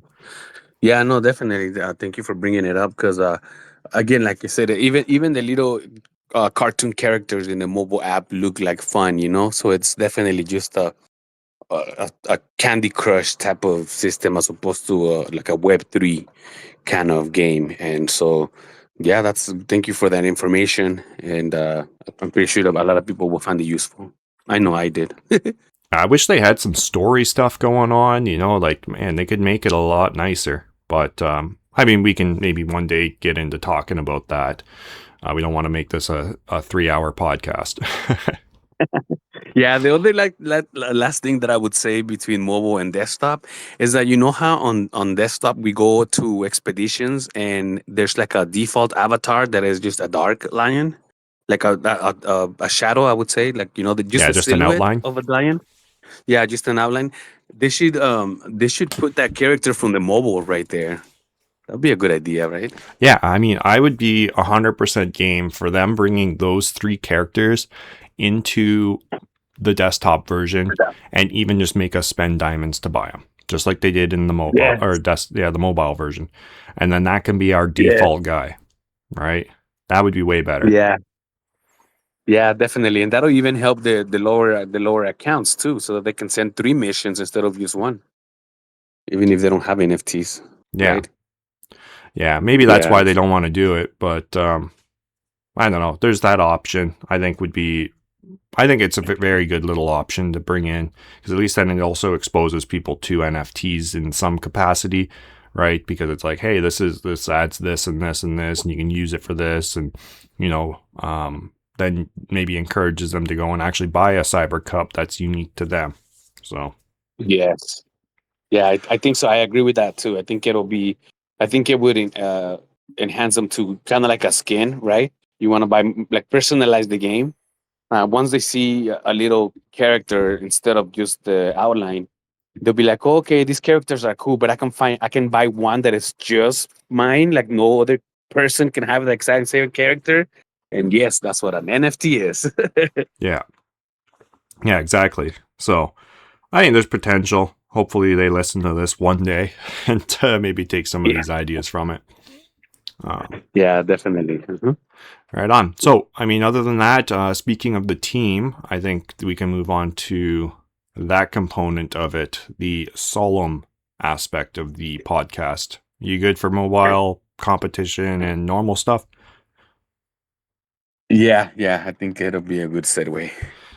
So, just like we were saying, the team, I mean, they say they listen to our feedback. I mean, some things have been implemented that the community has said. But as of recently, and it was very apparent during this Vanguard Blitz, which is why I think the community is sort of getting a little bit more up in arms at the moment. There is a very distinct lack of communication from the developer, or I guess the Mane.City Loaded Lions team that communicates with the developers. It just is a lack of communication between them and the community, a lack of, just a lack of information. Like even the community managers of the Discord get knowledge of what's going on 2 minutes before they post it, and we get knowledge of it. Heck, sometimes we even see it posted on X before they even get the notification, right? So, there's that keeping them in the dark. They keep us in the dark. And then with this past competition, it really highlighted the lack of communication. Speaking from my experience with it, there was zero, and I mean zero, tweets on X. Like, I don't think I saw a single one from the Loaded Lions, and there was absolutely none from the X account that's associated with the game, right? And, I had even tagged them in a few things. We were doing giveaways, open giveaways. We had a jack to give away that any any Mane.City player could join, right? So, and tag them in it, hoping that they would at least repost it or like it or anything. Nothing. Not even an acknowledgement. And I mean, that's almost status quo, it seems, right? The odd time you'll get them to interact with anything you post, right? I've had them retweet a few things that I've posted and stuff like that. But overall, it just seems like there's a lack of communication, maybe a lack of respect for the community here. But I don't know. What do you think before we really get into the meat and potatoes of what is going on? Yeah, I totally agree with you that retweeting and like the interacting with the post from the community definitely shows not only involvement but appreciation. And it's not only just appreciation, it's literally free advertising, it's free marketing for them. Like we're taking our time to pour our hearts out about these things and be creative. And Papa makes his videos, and Mr. Loco and the spaces, and we have all these like really community that is very active. Yeah, and Flip And making the songs that he was, right? Yeah. And like you said, the giveaway, I know I entered, even though I'm void, because like you said, you do it for the community. So they should at least do like, like acknowledge, this is going on in the community, like, Yeah. But zero interaction is just, no. And like you said, I think that the community has been noticing more and more, because I also saw a tweet or a post from Pampa talking about that too. Yeah. Well, and to speak to that too, right? So like you said, you entered the giveaway. We've got some more lined up. I've got a pretty big one lined up for the World Series. We just had a huge donation from the Ishin Project. So shout out to them and that is the one that gives you the dojo skin for the LL Sports. So they donated 5 NFTs to us to give out. And one of them is going to be open for anybody within the community. 4 of them are reserved for Legion, obviously, and 1 will be given out to anyone that plays Mane.City, as long as you're in the Legion Discord, right? Speaking of which, like, if you think that the Legion Discord's just for Legion, we welcome everybody in there. We've got our own little Cub Hunt section, so it's not cluttering up the main chat. And we've got reminders to remind people of the Cubs are coming. We've got our giveaway section. There's lots of stuff going on in the Legion Discord, right? That isn't just exclusive to Legion. And then we have our exclusive chat for the Legion, obviously. So, and I told him, like, hey, I'm going to shout you guys out. I greatly appreciate it. It's not like they were begging for a shout out, right? I'm just telling them like, thank you, right? Like, I appreciate this. The Legion appreciates this. The community appreciates donations like this, right? And I straight up told them, until I see activity from the Loaded Lions and the Mane.City X accounts, I'm not going to make this post because it's just going to fall on deaf ears again. Right. So I'm going to hold off until I see it so that at least they'll interact with it and you guys can get a little bit of maybe traction for your project too. Right. Like, it's a give and take. I'm here to help out your project. You're giving us free NFTs to, to help out the community, bring in more people into Mane.City or bring in people using your NFTs into Mane.City, things like that. Right. So, but when you have the two main accounts for the project basically radio silent the entirety of a major competition. I mean, it's not the big competition, but it's still a competition, right? It doesn't bode well for me. And to that, as well as, you've seen Pampa, and I mean, Papa Bigfoot was going off in the Discord a bit. I know I've talked to the project lead a bit as well. There was, what was it, in March, they did a first round of layoffs. That's where we saw a lot of the NFT platform get disbanded. Many of the people that were associated with the NFT platform were let go. That's why we haven't seen any NFT drops on the platform in at least 2 months, it seems. And well, I think the last one was the Synthtopia. And then from there on out, there has been no communication on that at all, right? So there's no more drops on the Crypto.com NFT platform.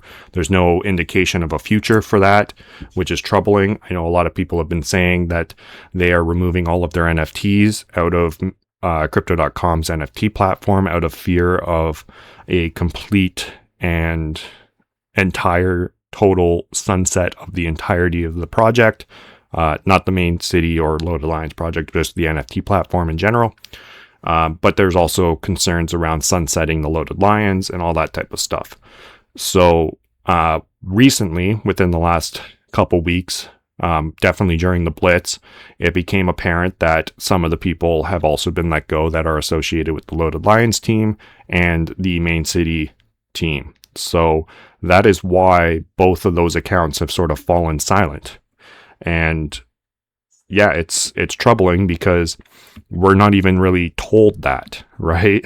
It's more of from communication with the team and just from the apparent lack of activity through the two X accounts that people are 100% certain we're missing team members. Now, one thing I do want to say is I have no idea how big the team was. I do not know how many people were let go. I just know that there were a few people and there is a few people less. So that's all I really know. I can't say too much more because I don't want to be saying a lot. Huh? That's definitely saying a lot because you're right. Like, first of all, they didn't even have that many. So letting go of any, it's really already shrinking something that it was already seemed like it was already shrunken, right? Or yeah, exactly. So like I can agree with that sentiment of what you're saying. Like the team was already thin and they're slicing more. Yeah, and it's not like they were the most active and engaged team to begin with, right? That there's always been a sentiment of the community of we don't get to hear from the devs. We don't really hear much. I mean, like off the top of my head, like there's Nix, there's Shane, I knew Daphne, there's Celia as well. I think that's really all I knew. Those were the four that I knew on the team. Nix has been silent. Daphne's been silent. Shane, I haven't seen too active, but I know at least he's still with the project. I have talked to him personally just to get some clarification. And I think I've seen Celia still doing stuff, if I'm pronouncing her name right. I apologize if I am not. But yeah, those were the four that I knew that were part of the Loaded Lions team. And I believe that Nix and Daphne were part of the Mane.City team. So as to how much larger that team was, I don't know. But there was very little interaction to begin with. Now there's none. And there's also been very minimal movement when it comes to the project, which is also concerning, which we mentioned earlier, right? How slow progress and development has been. So I know a lot of people are starting to get worried.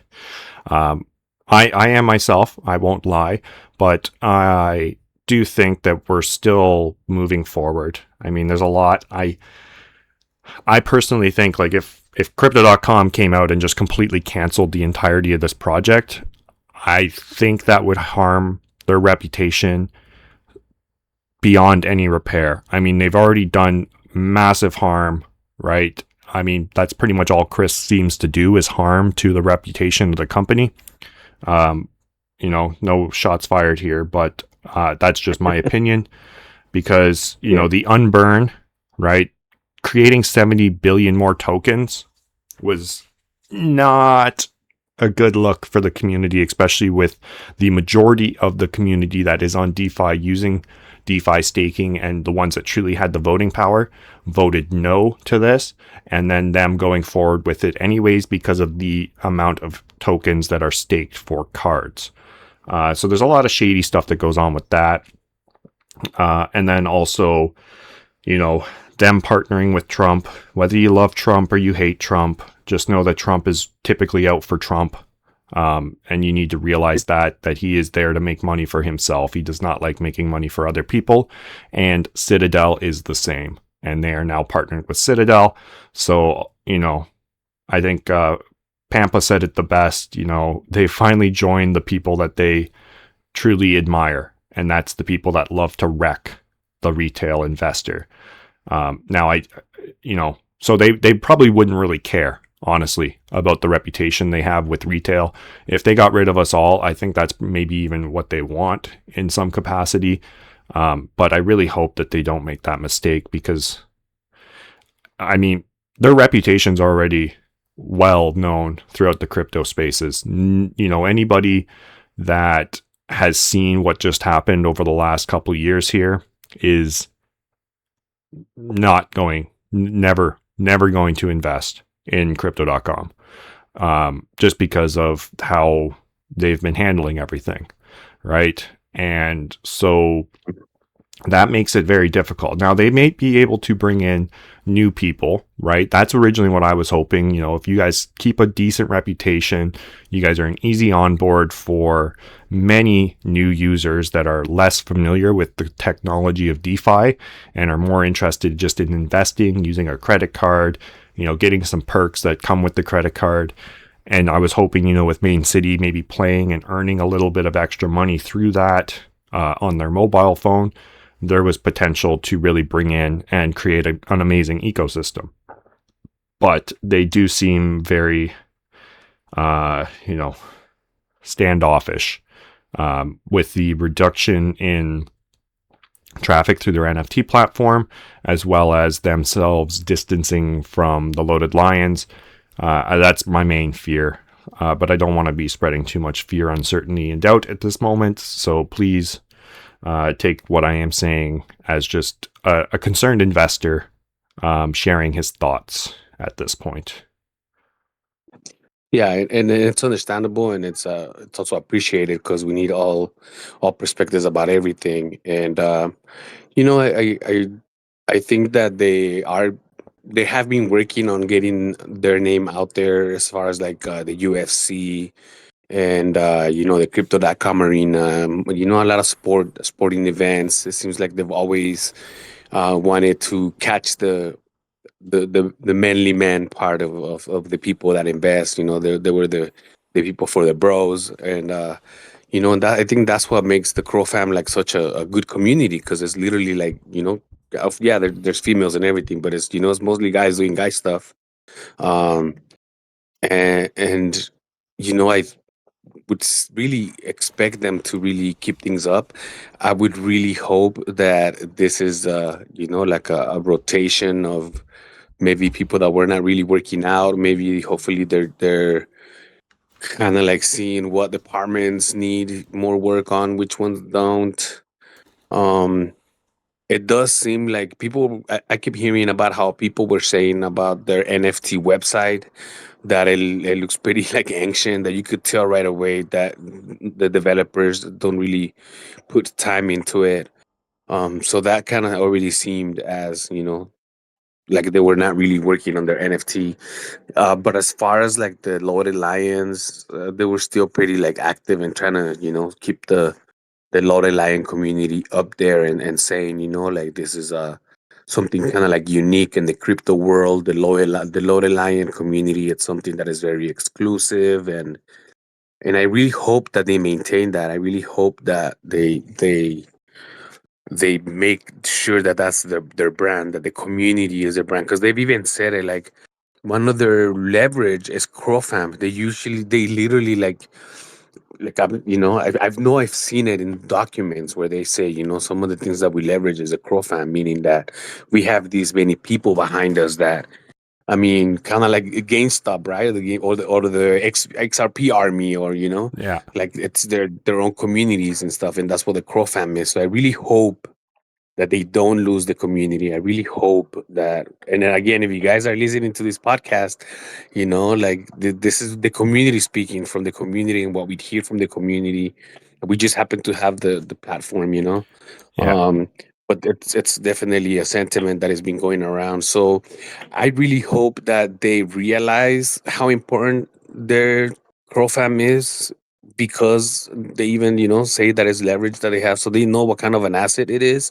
So I really hope they maintain it, that they don't just put it up on a shelf and kind of like go to it when we need it. I really hope they maintain the exclusivity. I mean, even the card it's a card of metal, right? So I always thought that this, even the main city, I always expected it to be, even if the NFTs are kind of pricey, it'll be maybe like an exclusive, like not everybody, we're not able to work out of the Equinox. I think that's the name of a gym that is really expensive. I think it's called Equinox in New York or something.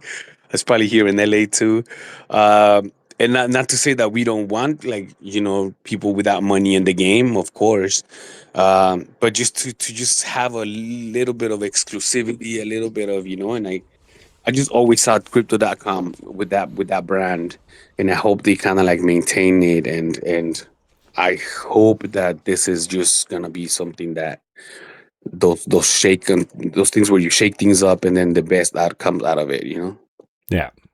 No, and I agree, right? That's where it's like, and whether this is a direct message to Chris or not, if you mess up with the Crow fam, I think there's been enough mess ups that I think eventually we are getting to the point, and I think we are at the tipping point where many of the Crow fam are starting to get fed up with the lack of communication and the lack of respect that comes from the top there, that you're going to end up having D-Crow fam.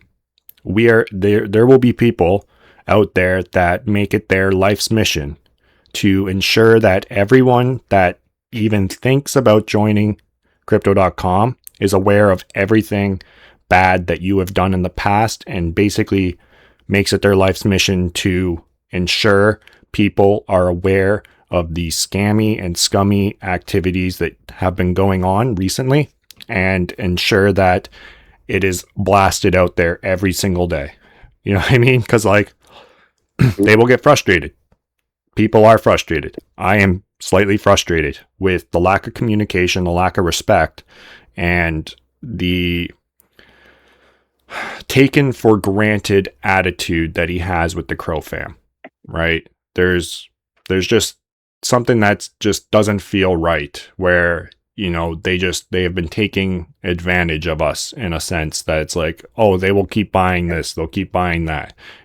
Even before the team went silent, even before all this stuff went down, they teased a brand new collection. I was hyped up for this new vehicle collection that was coming out. Now, I am very hesitant to invest in it.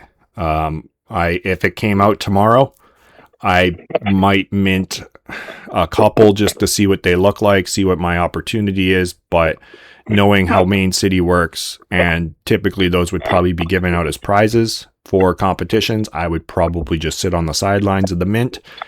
It's very similar to what I did with the tactical gear. I did not mint any. I specifically either purchased what I wanted, or I took basically the prizes that I won from competition. So I think that's one of the things they need to take into consideration, right? Is if you really disrespect the rest of the Crow fam, I think you're going to make more enemies than you're going to make with fans of people that are coming in because, they're invested with Citadel and Trump's invested with them. I think there's enough people out there that just, they see the writing on the wall when it comes to, I see it all over Reddit. Why are you investing in a company that's invested or in bed with a pedo, right? Whether you believe Trump's a pedophile or not, it doesn't really matter. But, I know a lot of people hate him. A lot of people love him. It's just like Citadel. A lot of people love Citadel, but I think more people hate them after what they did with the GameStop fiasco and all that type of stuff. So there's a lot of getting into bed with some evil people that is concerning, and I hope that that's not an indication of the route that Chris is taking the company, because I think really his strength was retail. People loved the cards. People loved Loaded Lions. People loved, the competitions and playing Mane.City. And as things have been getting slower and slower, a lot of people have been distancing themselves from that type of activities, right? We've seen the decline across the competitions, right? Every competition has less and less players. So, yeah. Well, that's my 2 cents. Get their stuff together. Hopefully they'll listen to this. And I mean, people are already posting on X, so hopefully they'll take into consideration and really, really like open their eyes, and that's what we're hoping for, that they really don't take us for granted. And like you said, I think that's the sentiment more than anything, that we're being taken for granted. And like you said, that whatever they throw at us, we'll just be like, okay, yeah, because we're Crow fam and we respect Crypto.com, or we like Crypto.com. But we're at a point that we need to feel like that we're respected too. Just as much as we love them, we need to feel the love too. Yeah, exactly. And, I'll share the sentiment that you had earlier, right? I'm really hoping that these layoffs are strictly cutting fat. You know what I mean? Or maybe trimming ineffective employees through layoffs rather than firing, right? And maybe they just need to have a wait period before they could start rehiring for those positions, or they restructure it in a manner that still permits them to find somebody to take over those existing responsibilities, but in a different manner. There's things that need to be done, and I'm hopeful that, they are restructuring rather than just disbanding, right? And if they came in and restructured and really brought focus back to the NFTs and the land, like there's supposed to be another land mint, there's the NFT collection for the vehicles that's supposed to come out, but we haven't heard anything about that since the drop of the Expedition trailer. So, there's things I think that still need to be done. And I personally don't think, like, if they had these things planned, unless it's like they've looked at it and it's 100% dead weight and they're just like, there's no reason to continue, then that's the only reason why I would see them completely disbanding the entirety of the Loaded Lions project. But I mean, then when it comes and NFTs become big again, are they going to try to reinvigorate the Loaded Lions, or are they going to come out with some new NFT project? Because if they come out with a new NFT project, I'm not investing. I can guarantee majority of the people that are involved currently with Loaded Lions, they would not invest. And most people will already be aware of what went on with the previous attempt at a flagship collection. So I don't see them.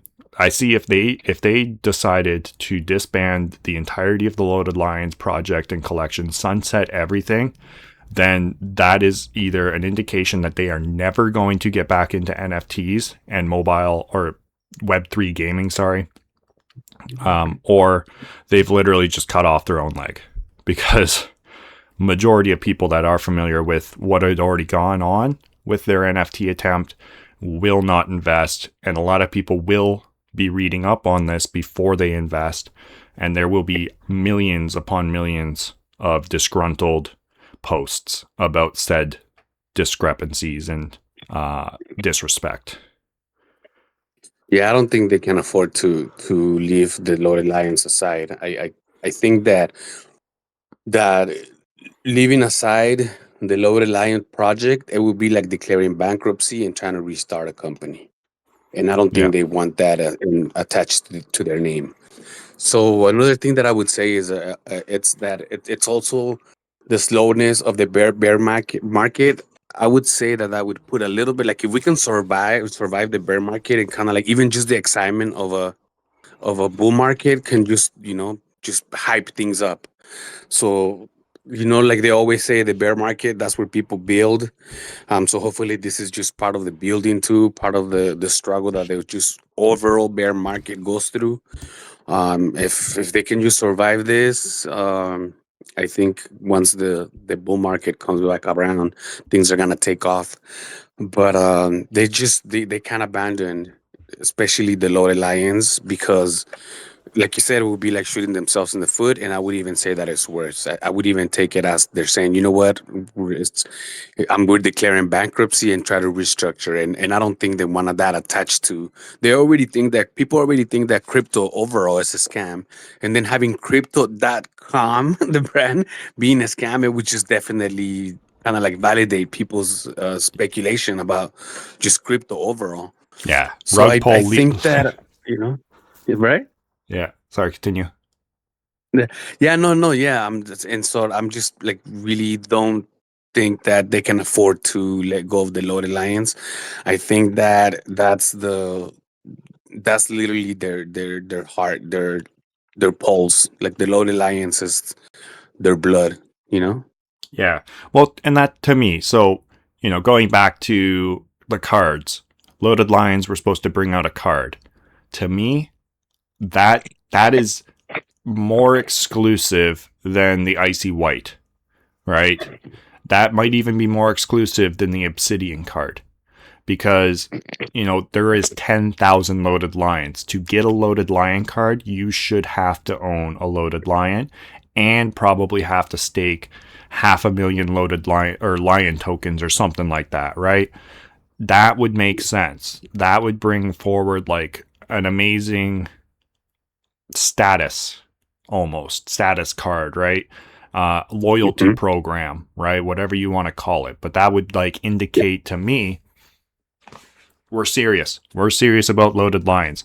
Loaded Lions is a core background of the Crow fam, right? And these are things I think they need to do moving forward. It's on the roadmap. They've talked about bringing out a Loaded Lion card. They've talked about NFT boosting staking, right?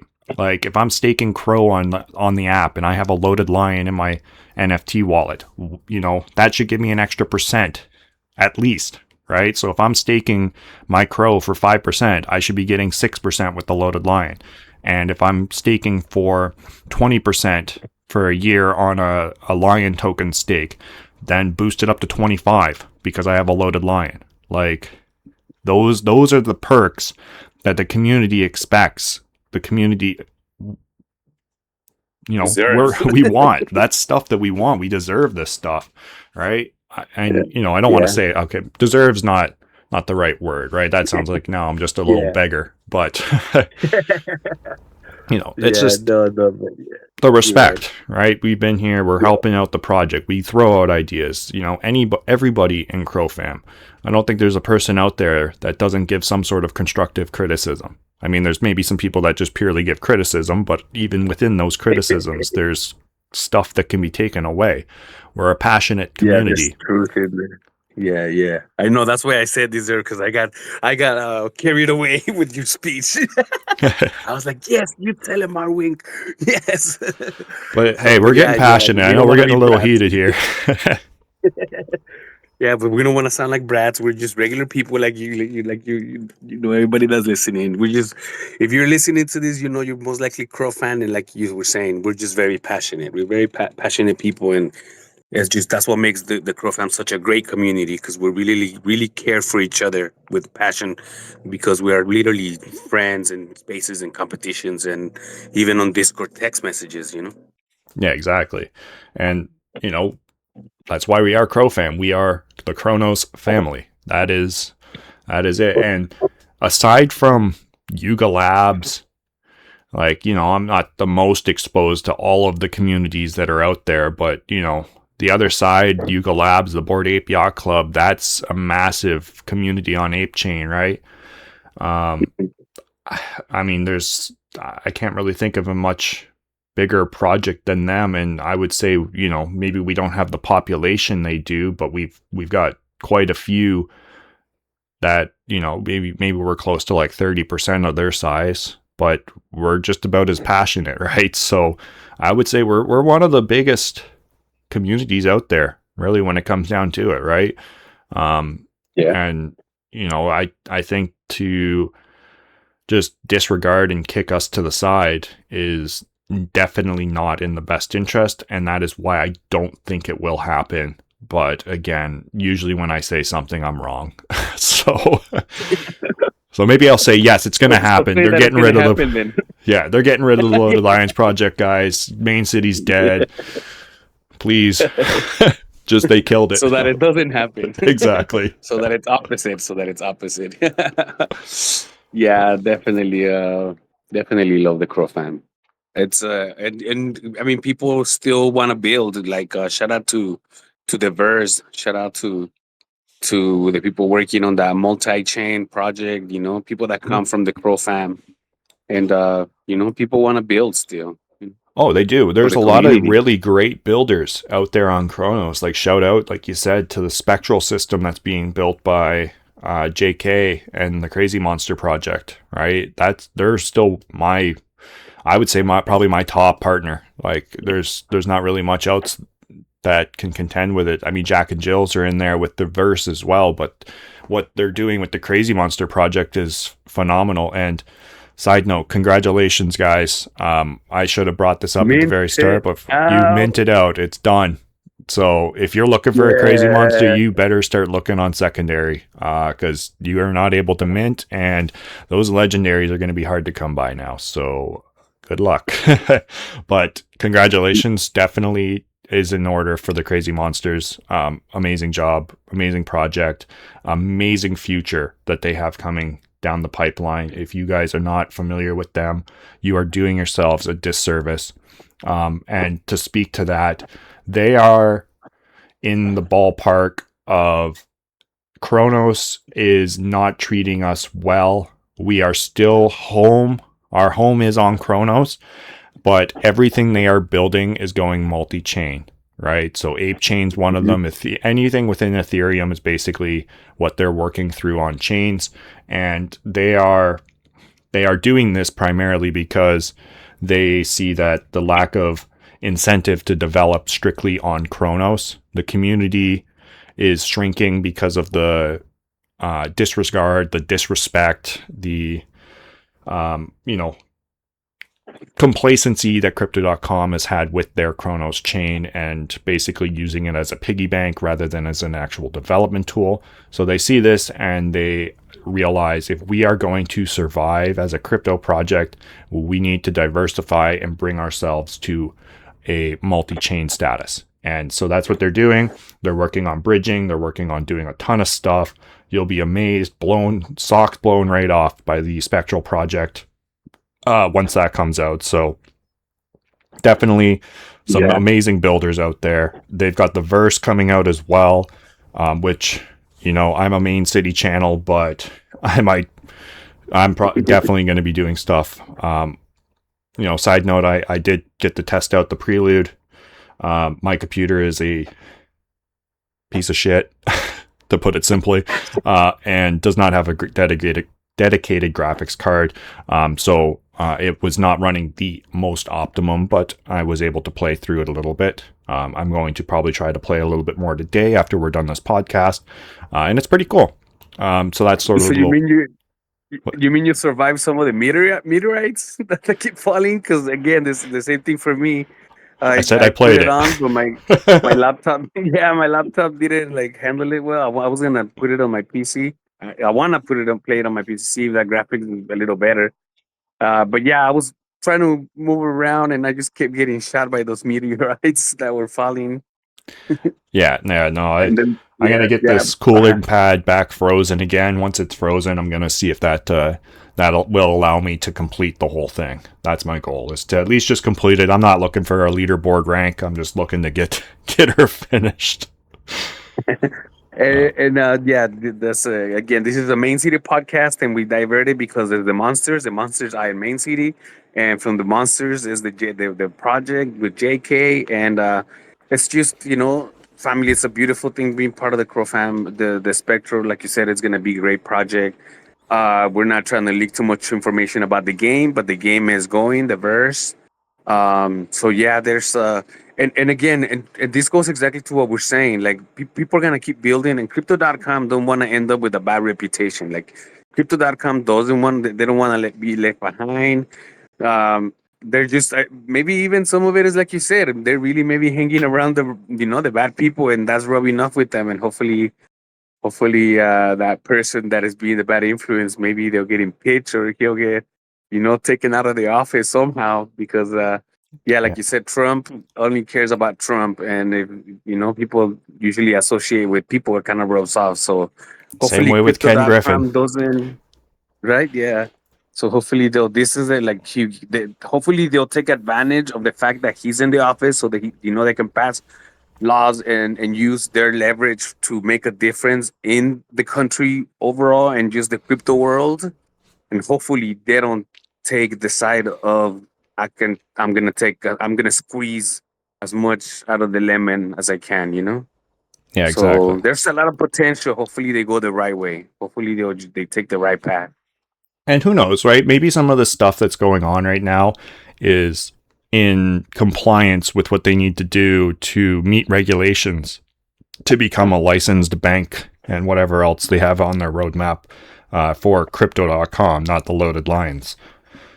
So I know there's, Yeah, and that's why they try to keep them two separate, even though they are part of the same founding company, really. company. Yeah. Because the only other company that I kind of see like really making moves with the government is Coinbase. And I know Coinbase, they don't really have their own, like, like a project like the Load Alliance. Um, but what I'm saying is like the bigness of the company, like how, and the influence and all of that. So I really think that's another reason of why crypto.com should really, really appreciate and put emphasis and investment, whether it's time and even with developers, all that is investing in the family and the Lord Line community. So hopefully it'll just be like we were saying, like maybe trimming some unnecessary fattings right there and restructure and come back even better. Yeah, build back better. Hopefully that's what they're looking to Build do. back. Yeah, yes.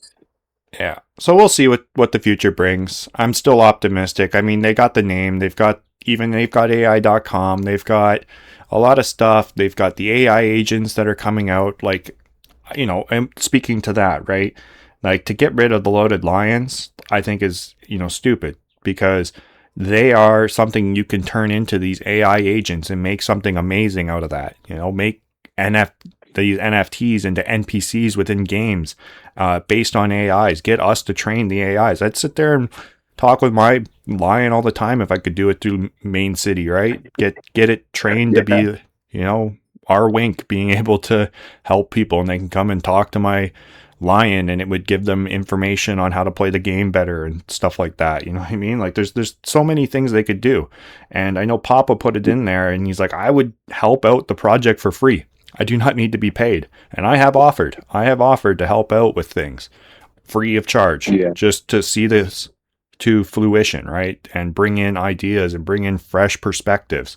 And so maybe that's what's going on with these layoffs, right? Maybe they're getting rid of people that just weren't working out in the creative sense that they had envisioned. And maybe in the next couple months they'll be replacing them with one or two people You know, if they got rid of 4, maybe it's going down to 2. If they got rid of 2, maybe they're trying to find one person to replace them. But who knows? We'll have to wait and see what really goes on. I mean, that's all we can do at this point, other than cause a storm, cause a little bit of a riot on X. You know, get out there and show your passion, right? Make sure you're voicing your concerns, you know, tagging Chris in these posts, tagging crypto.com, tag crypto.com NFT, you know, all that type of stuff. Get their attention. That's what we need to do, is get their attention and demand answers. And yes, demand, because, you know, we are investors in this, right? That's the way most of us were looking at it. It's an investment in a future project that we can see being something worldwide and an amazing feature that, you know, could be tied to crypto.com. And, you know, with them, maybe they just look at it as, oh, you were just buying an expensive component to a game, you know, just like Destiny 2, right? They sunset Destiny 2. PlayStation did that. The game is basically done now, right? The server's got its last update, and the game is basically just going to stay in that state forever until they shut the server down. So maybe that's their mentality around Mane.City and the Loaded Lions. Oh, you guys bought into a video game. That's all it has ever been, right? And that was an expensive piece of DLC, and now the game's done. We're done making the game. You guys can play it as it is for the rest of the time until we shut the server off. And that's where we need to push back and go, it's been 3 years. 3 years is not, you know, a lifetime for a game. Destiny was around for 12 years, and you guys cannot be shutting this off. So, you know, just make sure you guys get out there, get your voices heard, is basically what I'm trying to ramble on about. Yeah, definitely. And again, these are passionate. You guys already know us. We already have passionate conversations as it is. So none of this should surprise nobody, you know? Yeah. We're really passionate Pure about unscripted. Mane.City, about being part of it. Yeah, exactly. For the most part, unedited, uncut, you know? So if you guys are at this point still listening too, I know that you guys are the ones that tell us that you guys like the podcast and you guys want to hear these things. So yeah, this is a passionate talk, and definitely like RWINK said, you know, go out and go to X and really definitely just say, you know, like we're just asking for communication. Just let us know what's going on. We'll be, you know, just communicate, give us information. As the lack of information is just the uncertainty. Yeah. Uncertainty that you know brings those stirs up these feelings. But so yeah, definitely go out there and show your passion to the teams out there. Yes, exactly. And to that capacity, if you are not a person that wants to voice your opinion, at very least, just go and give Pampa's posts a like, a retweet, a comment, something, just to show that you support it, if you do. Because what he's putting out there is a true service to Crow fam and the community, and we appreciate it. So if somebody hasn't told you that yet, you should know, Pampa, we appreciate exactly what you're doing right now for us. So please keep it up. Please keep the developers and crypto.com and everybody in check and are responsible for what they are supposed to be responsible for. Yeah, definitely. Yeah, shout out to Pampa, and definitely go and show some love. And I totally agree with what you said. If you know, maybe not all of us are able to like post and things like that, but make sure you just like and retweet more than anything. Just send repost, so that's a great way to just contribute to the space and contribute to you know, like you said, just keeping the company accountable. That's, you know, there's no harming to that. Yeah, It's exactly. actually necessary. Yeah, and I'll put, you know what, we won't have any links other than this link because there's not really much else that we were looking at in regards to content, but I will put in, as we're talking, one of Pampa's tweets. Okay, so just give me one moment. I will bring one up, and that one I will put down in the description below. So if you're not familiar with his X account, at least you'll be able to find it a little bit quicker. And if you want, just interact with it in some capacity. Yeah, he's always putting out some good information. So if you're not following him, make sure you give him a follow. I'm pretty sure most of the people that are listening are following him, but still, go ahead and give him a follow. And definitely click on that link so you can just go through the whole post. He's doing pretty. I know that Papa Bigfoot, I think, replied to it also, and Papa was reposting some of the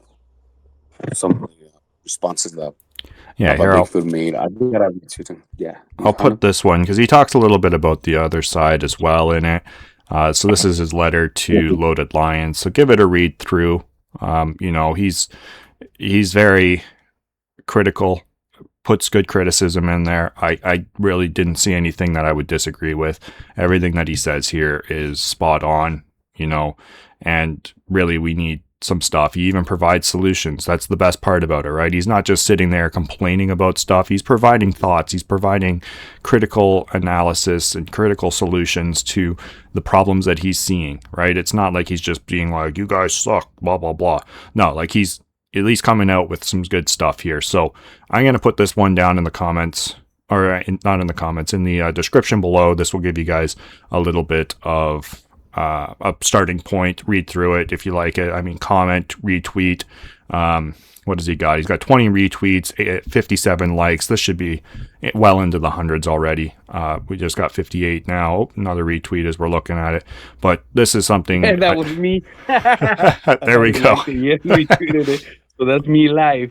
So see, I'm leading by example. Go like and retweet it. Exactly. Get out there, show him some support, show the community that you're behind them as well. So I'm going to put this link in the comments or in the description. I keep saying comments. But yeah, please get out there and comment on it, right? He talks a bit about the Mane.City mobile, the desktop version, solutions that need to happen, calling out, Chris and Eric, both two big, Chris being the co-founder and CEO. Eric, I believe, is the new guy that's working on, he's chief operating officer at crypto.com. So there's two big guys tagged in there. More we retweet it, the more we show support behind this, the more likely we're going to get answers to what's going on. So definitely get out there. Even post your lions. If you don't want to do anything else, just post your lion saying, I support it, right? You can see Crow Shoof down here with his lion turned crying. People putting comments in. I'm pretty sure I commented. I just don't know where it is at the moment. But, or maybe I think I quoted it. I think I quoted this instead, which is even better if you want to go out and quote it, right? Quote it and make it so that it's reposted with your comments right at the top. But definitely get out there, show the community the support that it needs. Show them that we're not going to sit by and just watch this project die. We demand answers if something's going on. Yeah, definitely, especially because they're already tagged on there. So, like you said, this post should definitely have more interactions, and I'm gonna go ahead and make another quote too and comment and interact with it. So yeah, I actually just saw it right before we started recording, as I was getting ready for the podcast. That's when I saw it. So I'm glad I saw it too, because it was very important. And another shout out to Pampa for everything that he's doing. Exactly. So I mean, other than that, like let's maybe just end her on a little bit of a positive note. We still do have 2 more competitions coming up, so there's still a lot of more fun to be had. Hopefully we're able to see them within the next couple weeks. At least some details on it. Hopefully the X accounts get a little bit more active coming up soon. And, we're able to get hyped up. I mean, they really should be hyping us up for the World Series. We should be getting a date soon. There's things like that are supposed to be coming down the pipeline. So hopefully, let's not hold our breath, but let's at least be optimistic, maybe huff some hopium, and keep the hype train going. We could be critical. We can be analytical. We can try to get the company Crypto.com and the Project Loaded Lions to be held accountable for things they are responsible for. But again, please don't go out there and just hate. Try to bring the positivity to the community. I know we may have sounded very negative throughout the last probably hour of what we've been discussing here. But again, it's coming from a place of love, a place of admiration for the project, and, hope that it continues to succeed and bring in more players and become the true cornerstone of Web3 gaming on Chronos. Yeah, and definitely. There's a big difference between just criticizing and giving constructive criticism. So go out there and give some constructive criticism. Just any changes that you would want to see. Just try to think of the way that if you were running the company, how would you implement them? That's what, like you said, it was good that you pointed out. The Pampa is not just giving the opinion, but also suggestions of solutions. Right there. So yeah, go.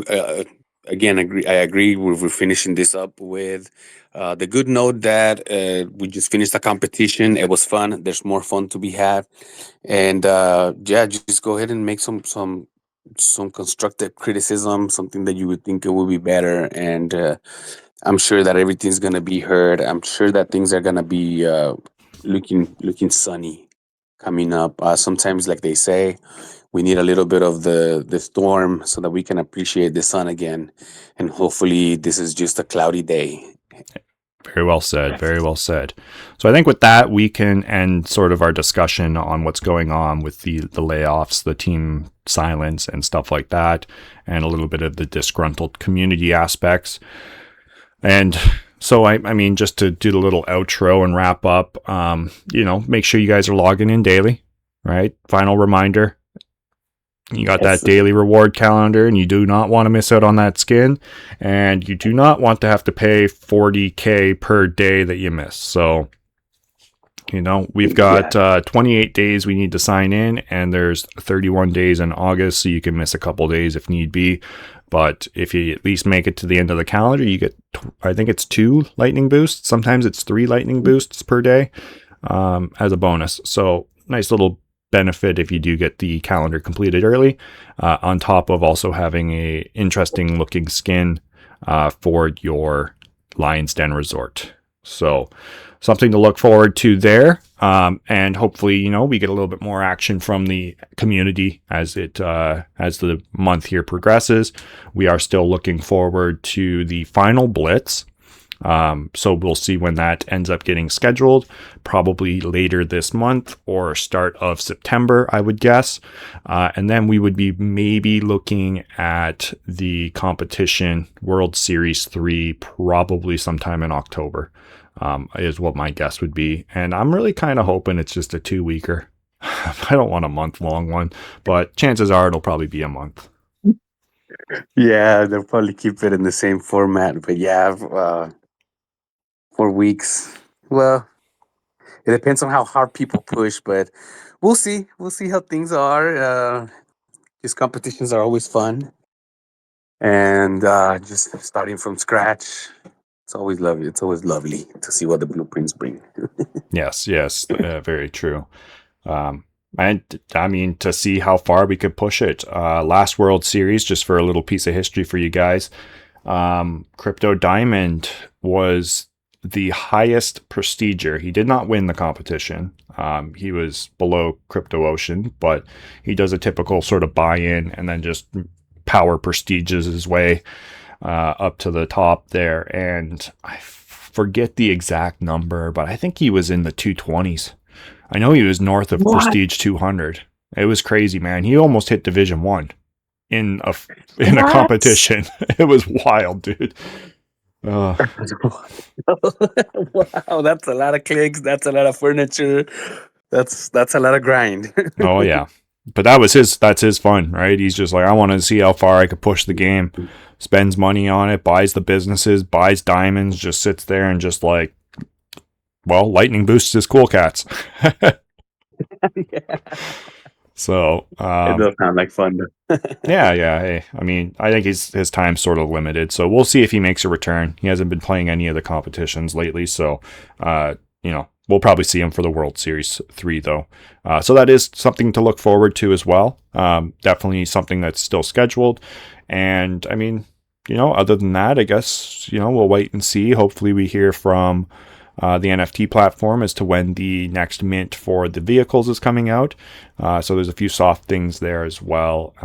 But, there's still lots to be optimistic about, lots to look forward to within the project. So let's just keep some hype going, bring some love out there to the community, show Chris and Eric that there is still lots of people clamoring and admiring the Loaded Lions project. Yes, definitely. And as always, we always appreciate you guys' time. We always try to bring the best topics and, just make the best commentaries that we can.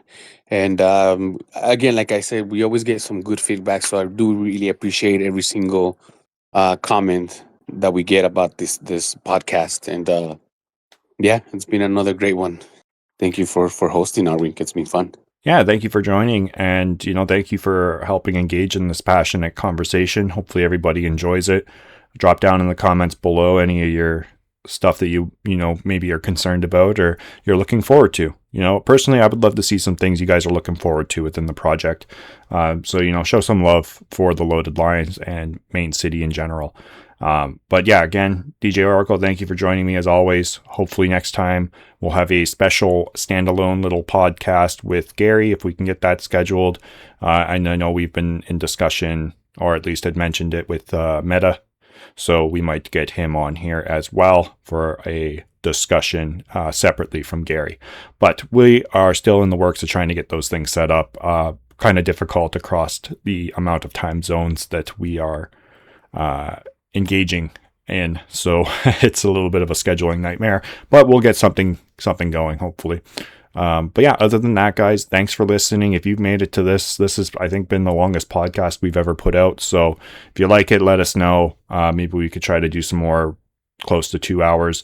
I think getting to 2.5 hours, this is an extensive one, but hopefully you enjoyed it. Hopefully it was entertaining. If you did miss the last little bit of the whole conversation with the team silence, as we called it, for the header, I think it's worth listening to personally, just if you're trying to keep up on what's going on with the project. So yeah, just get out there, show some support for Pampa's criticisms if you agree with them. If not, do please provide your own counter criticisms.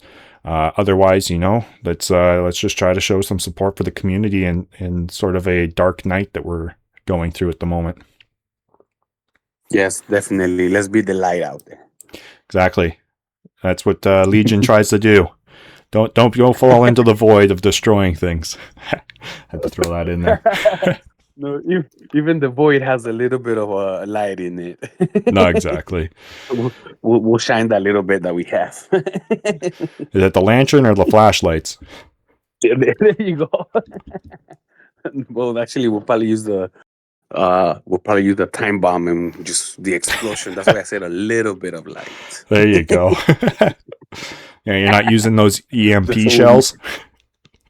Yeah. We light it up from distance. We need some light. Here it goes. Yeah.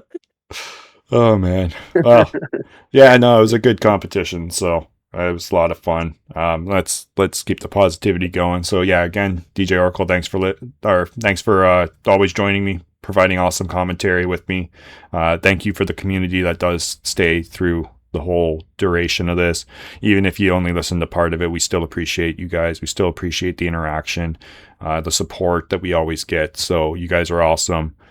So let's just get out there and show some support as well to the entirety of the project, and show, crypto.com that forgetting about the Loaded Lions is a mistake. But we love you guys. Definitely. Take it easy, and we will definitely catch you in the next one. Yes, catch you in the next one, guys. Peace.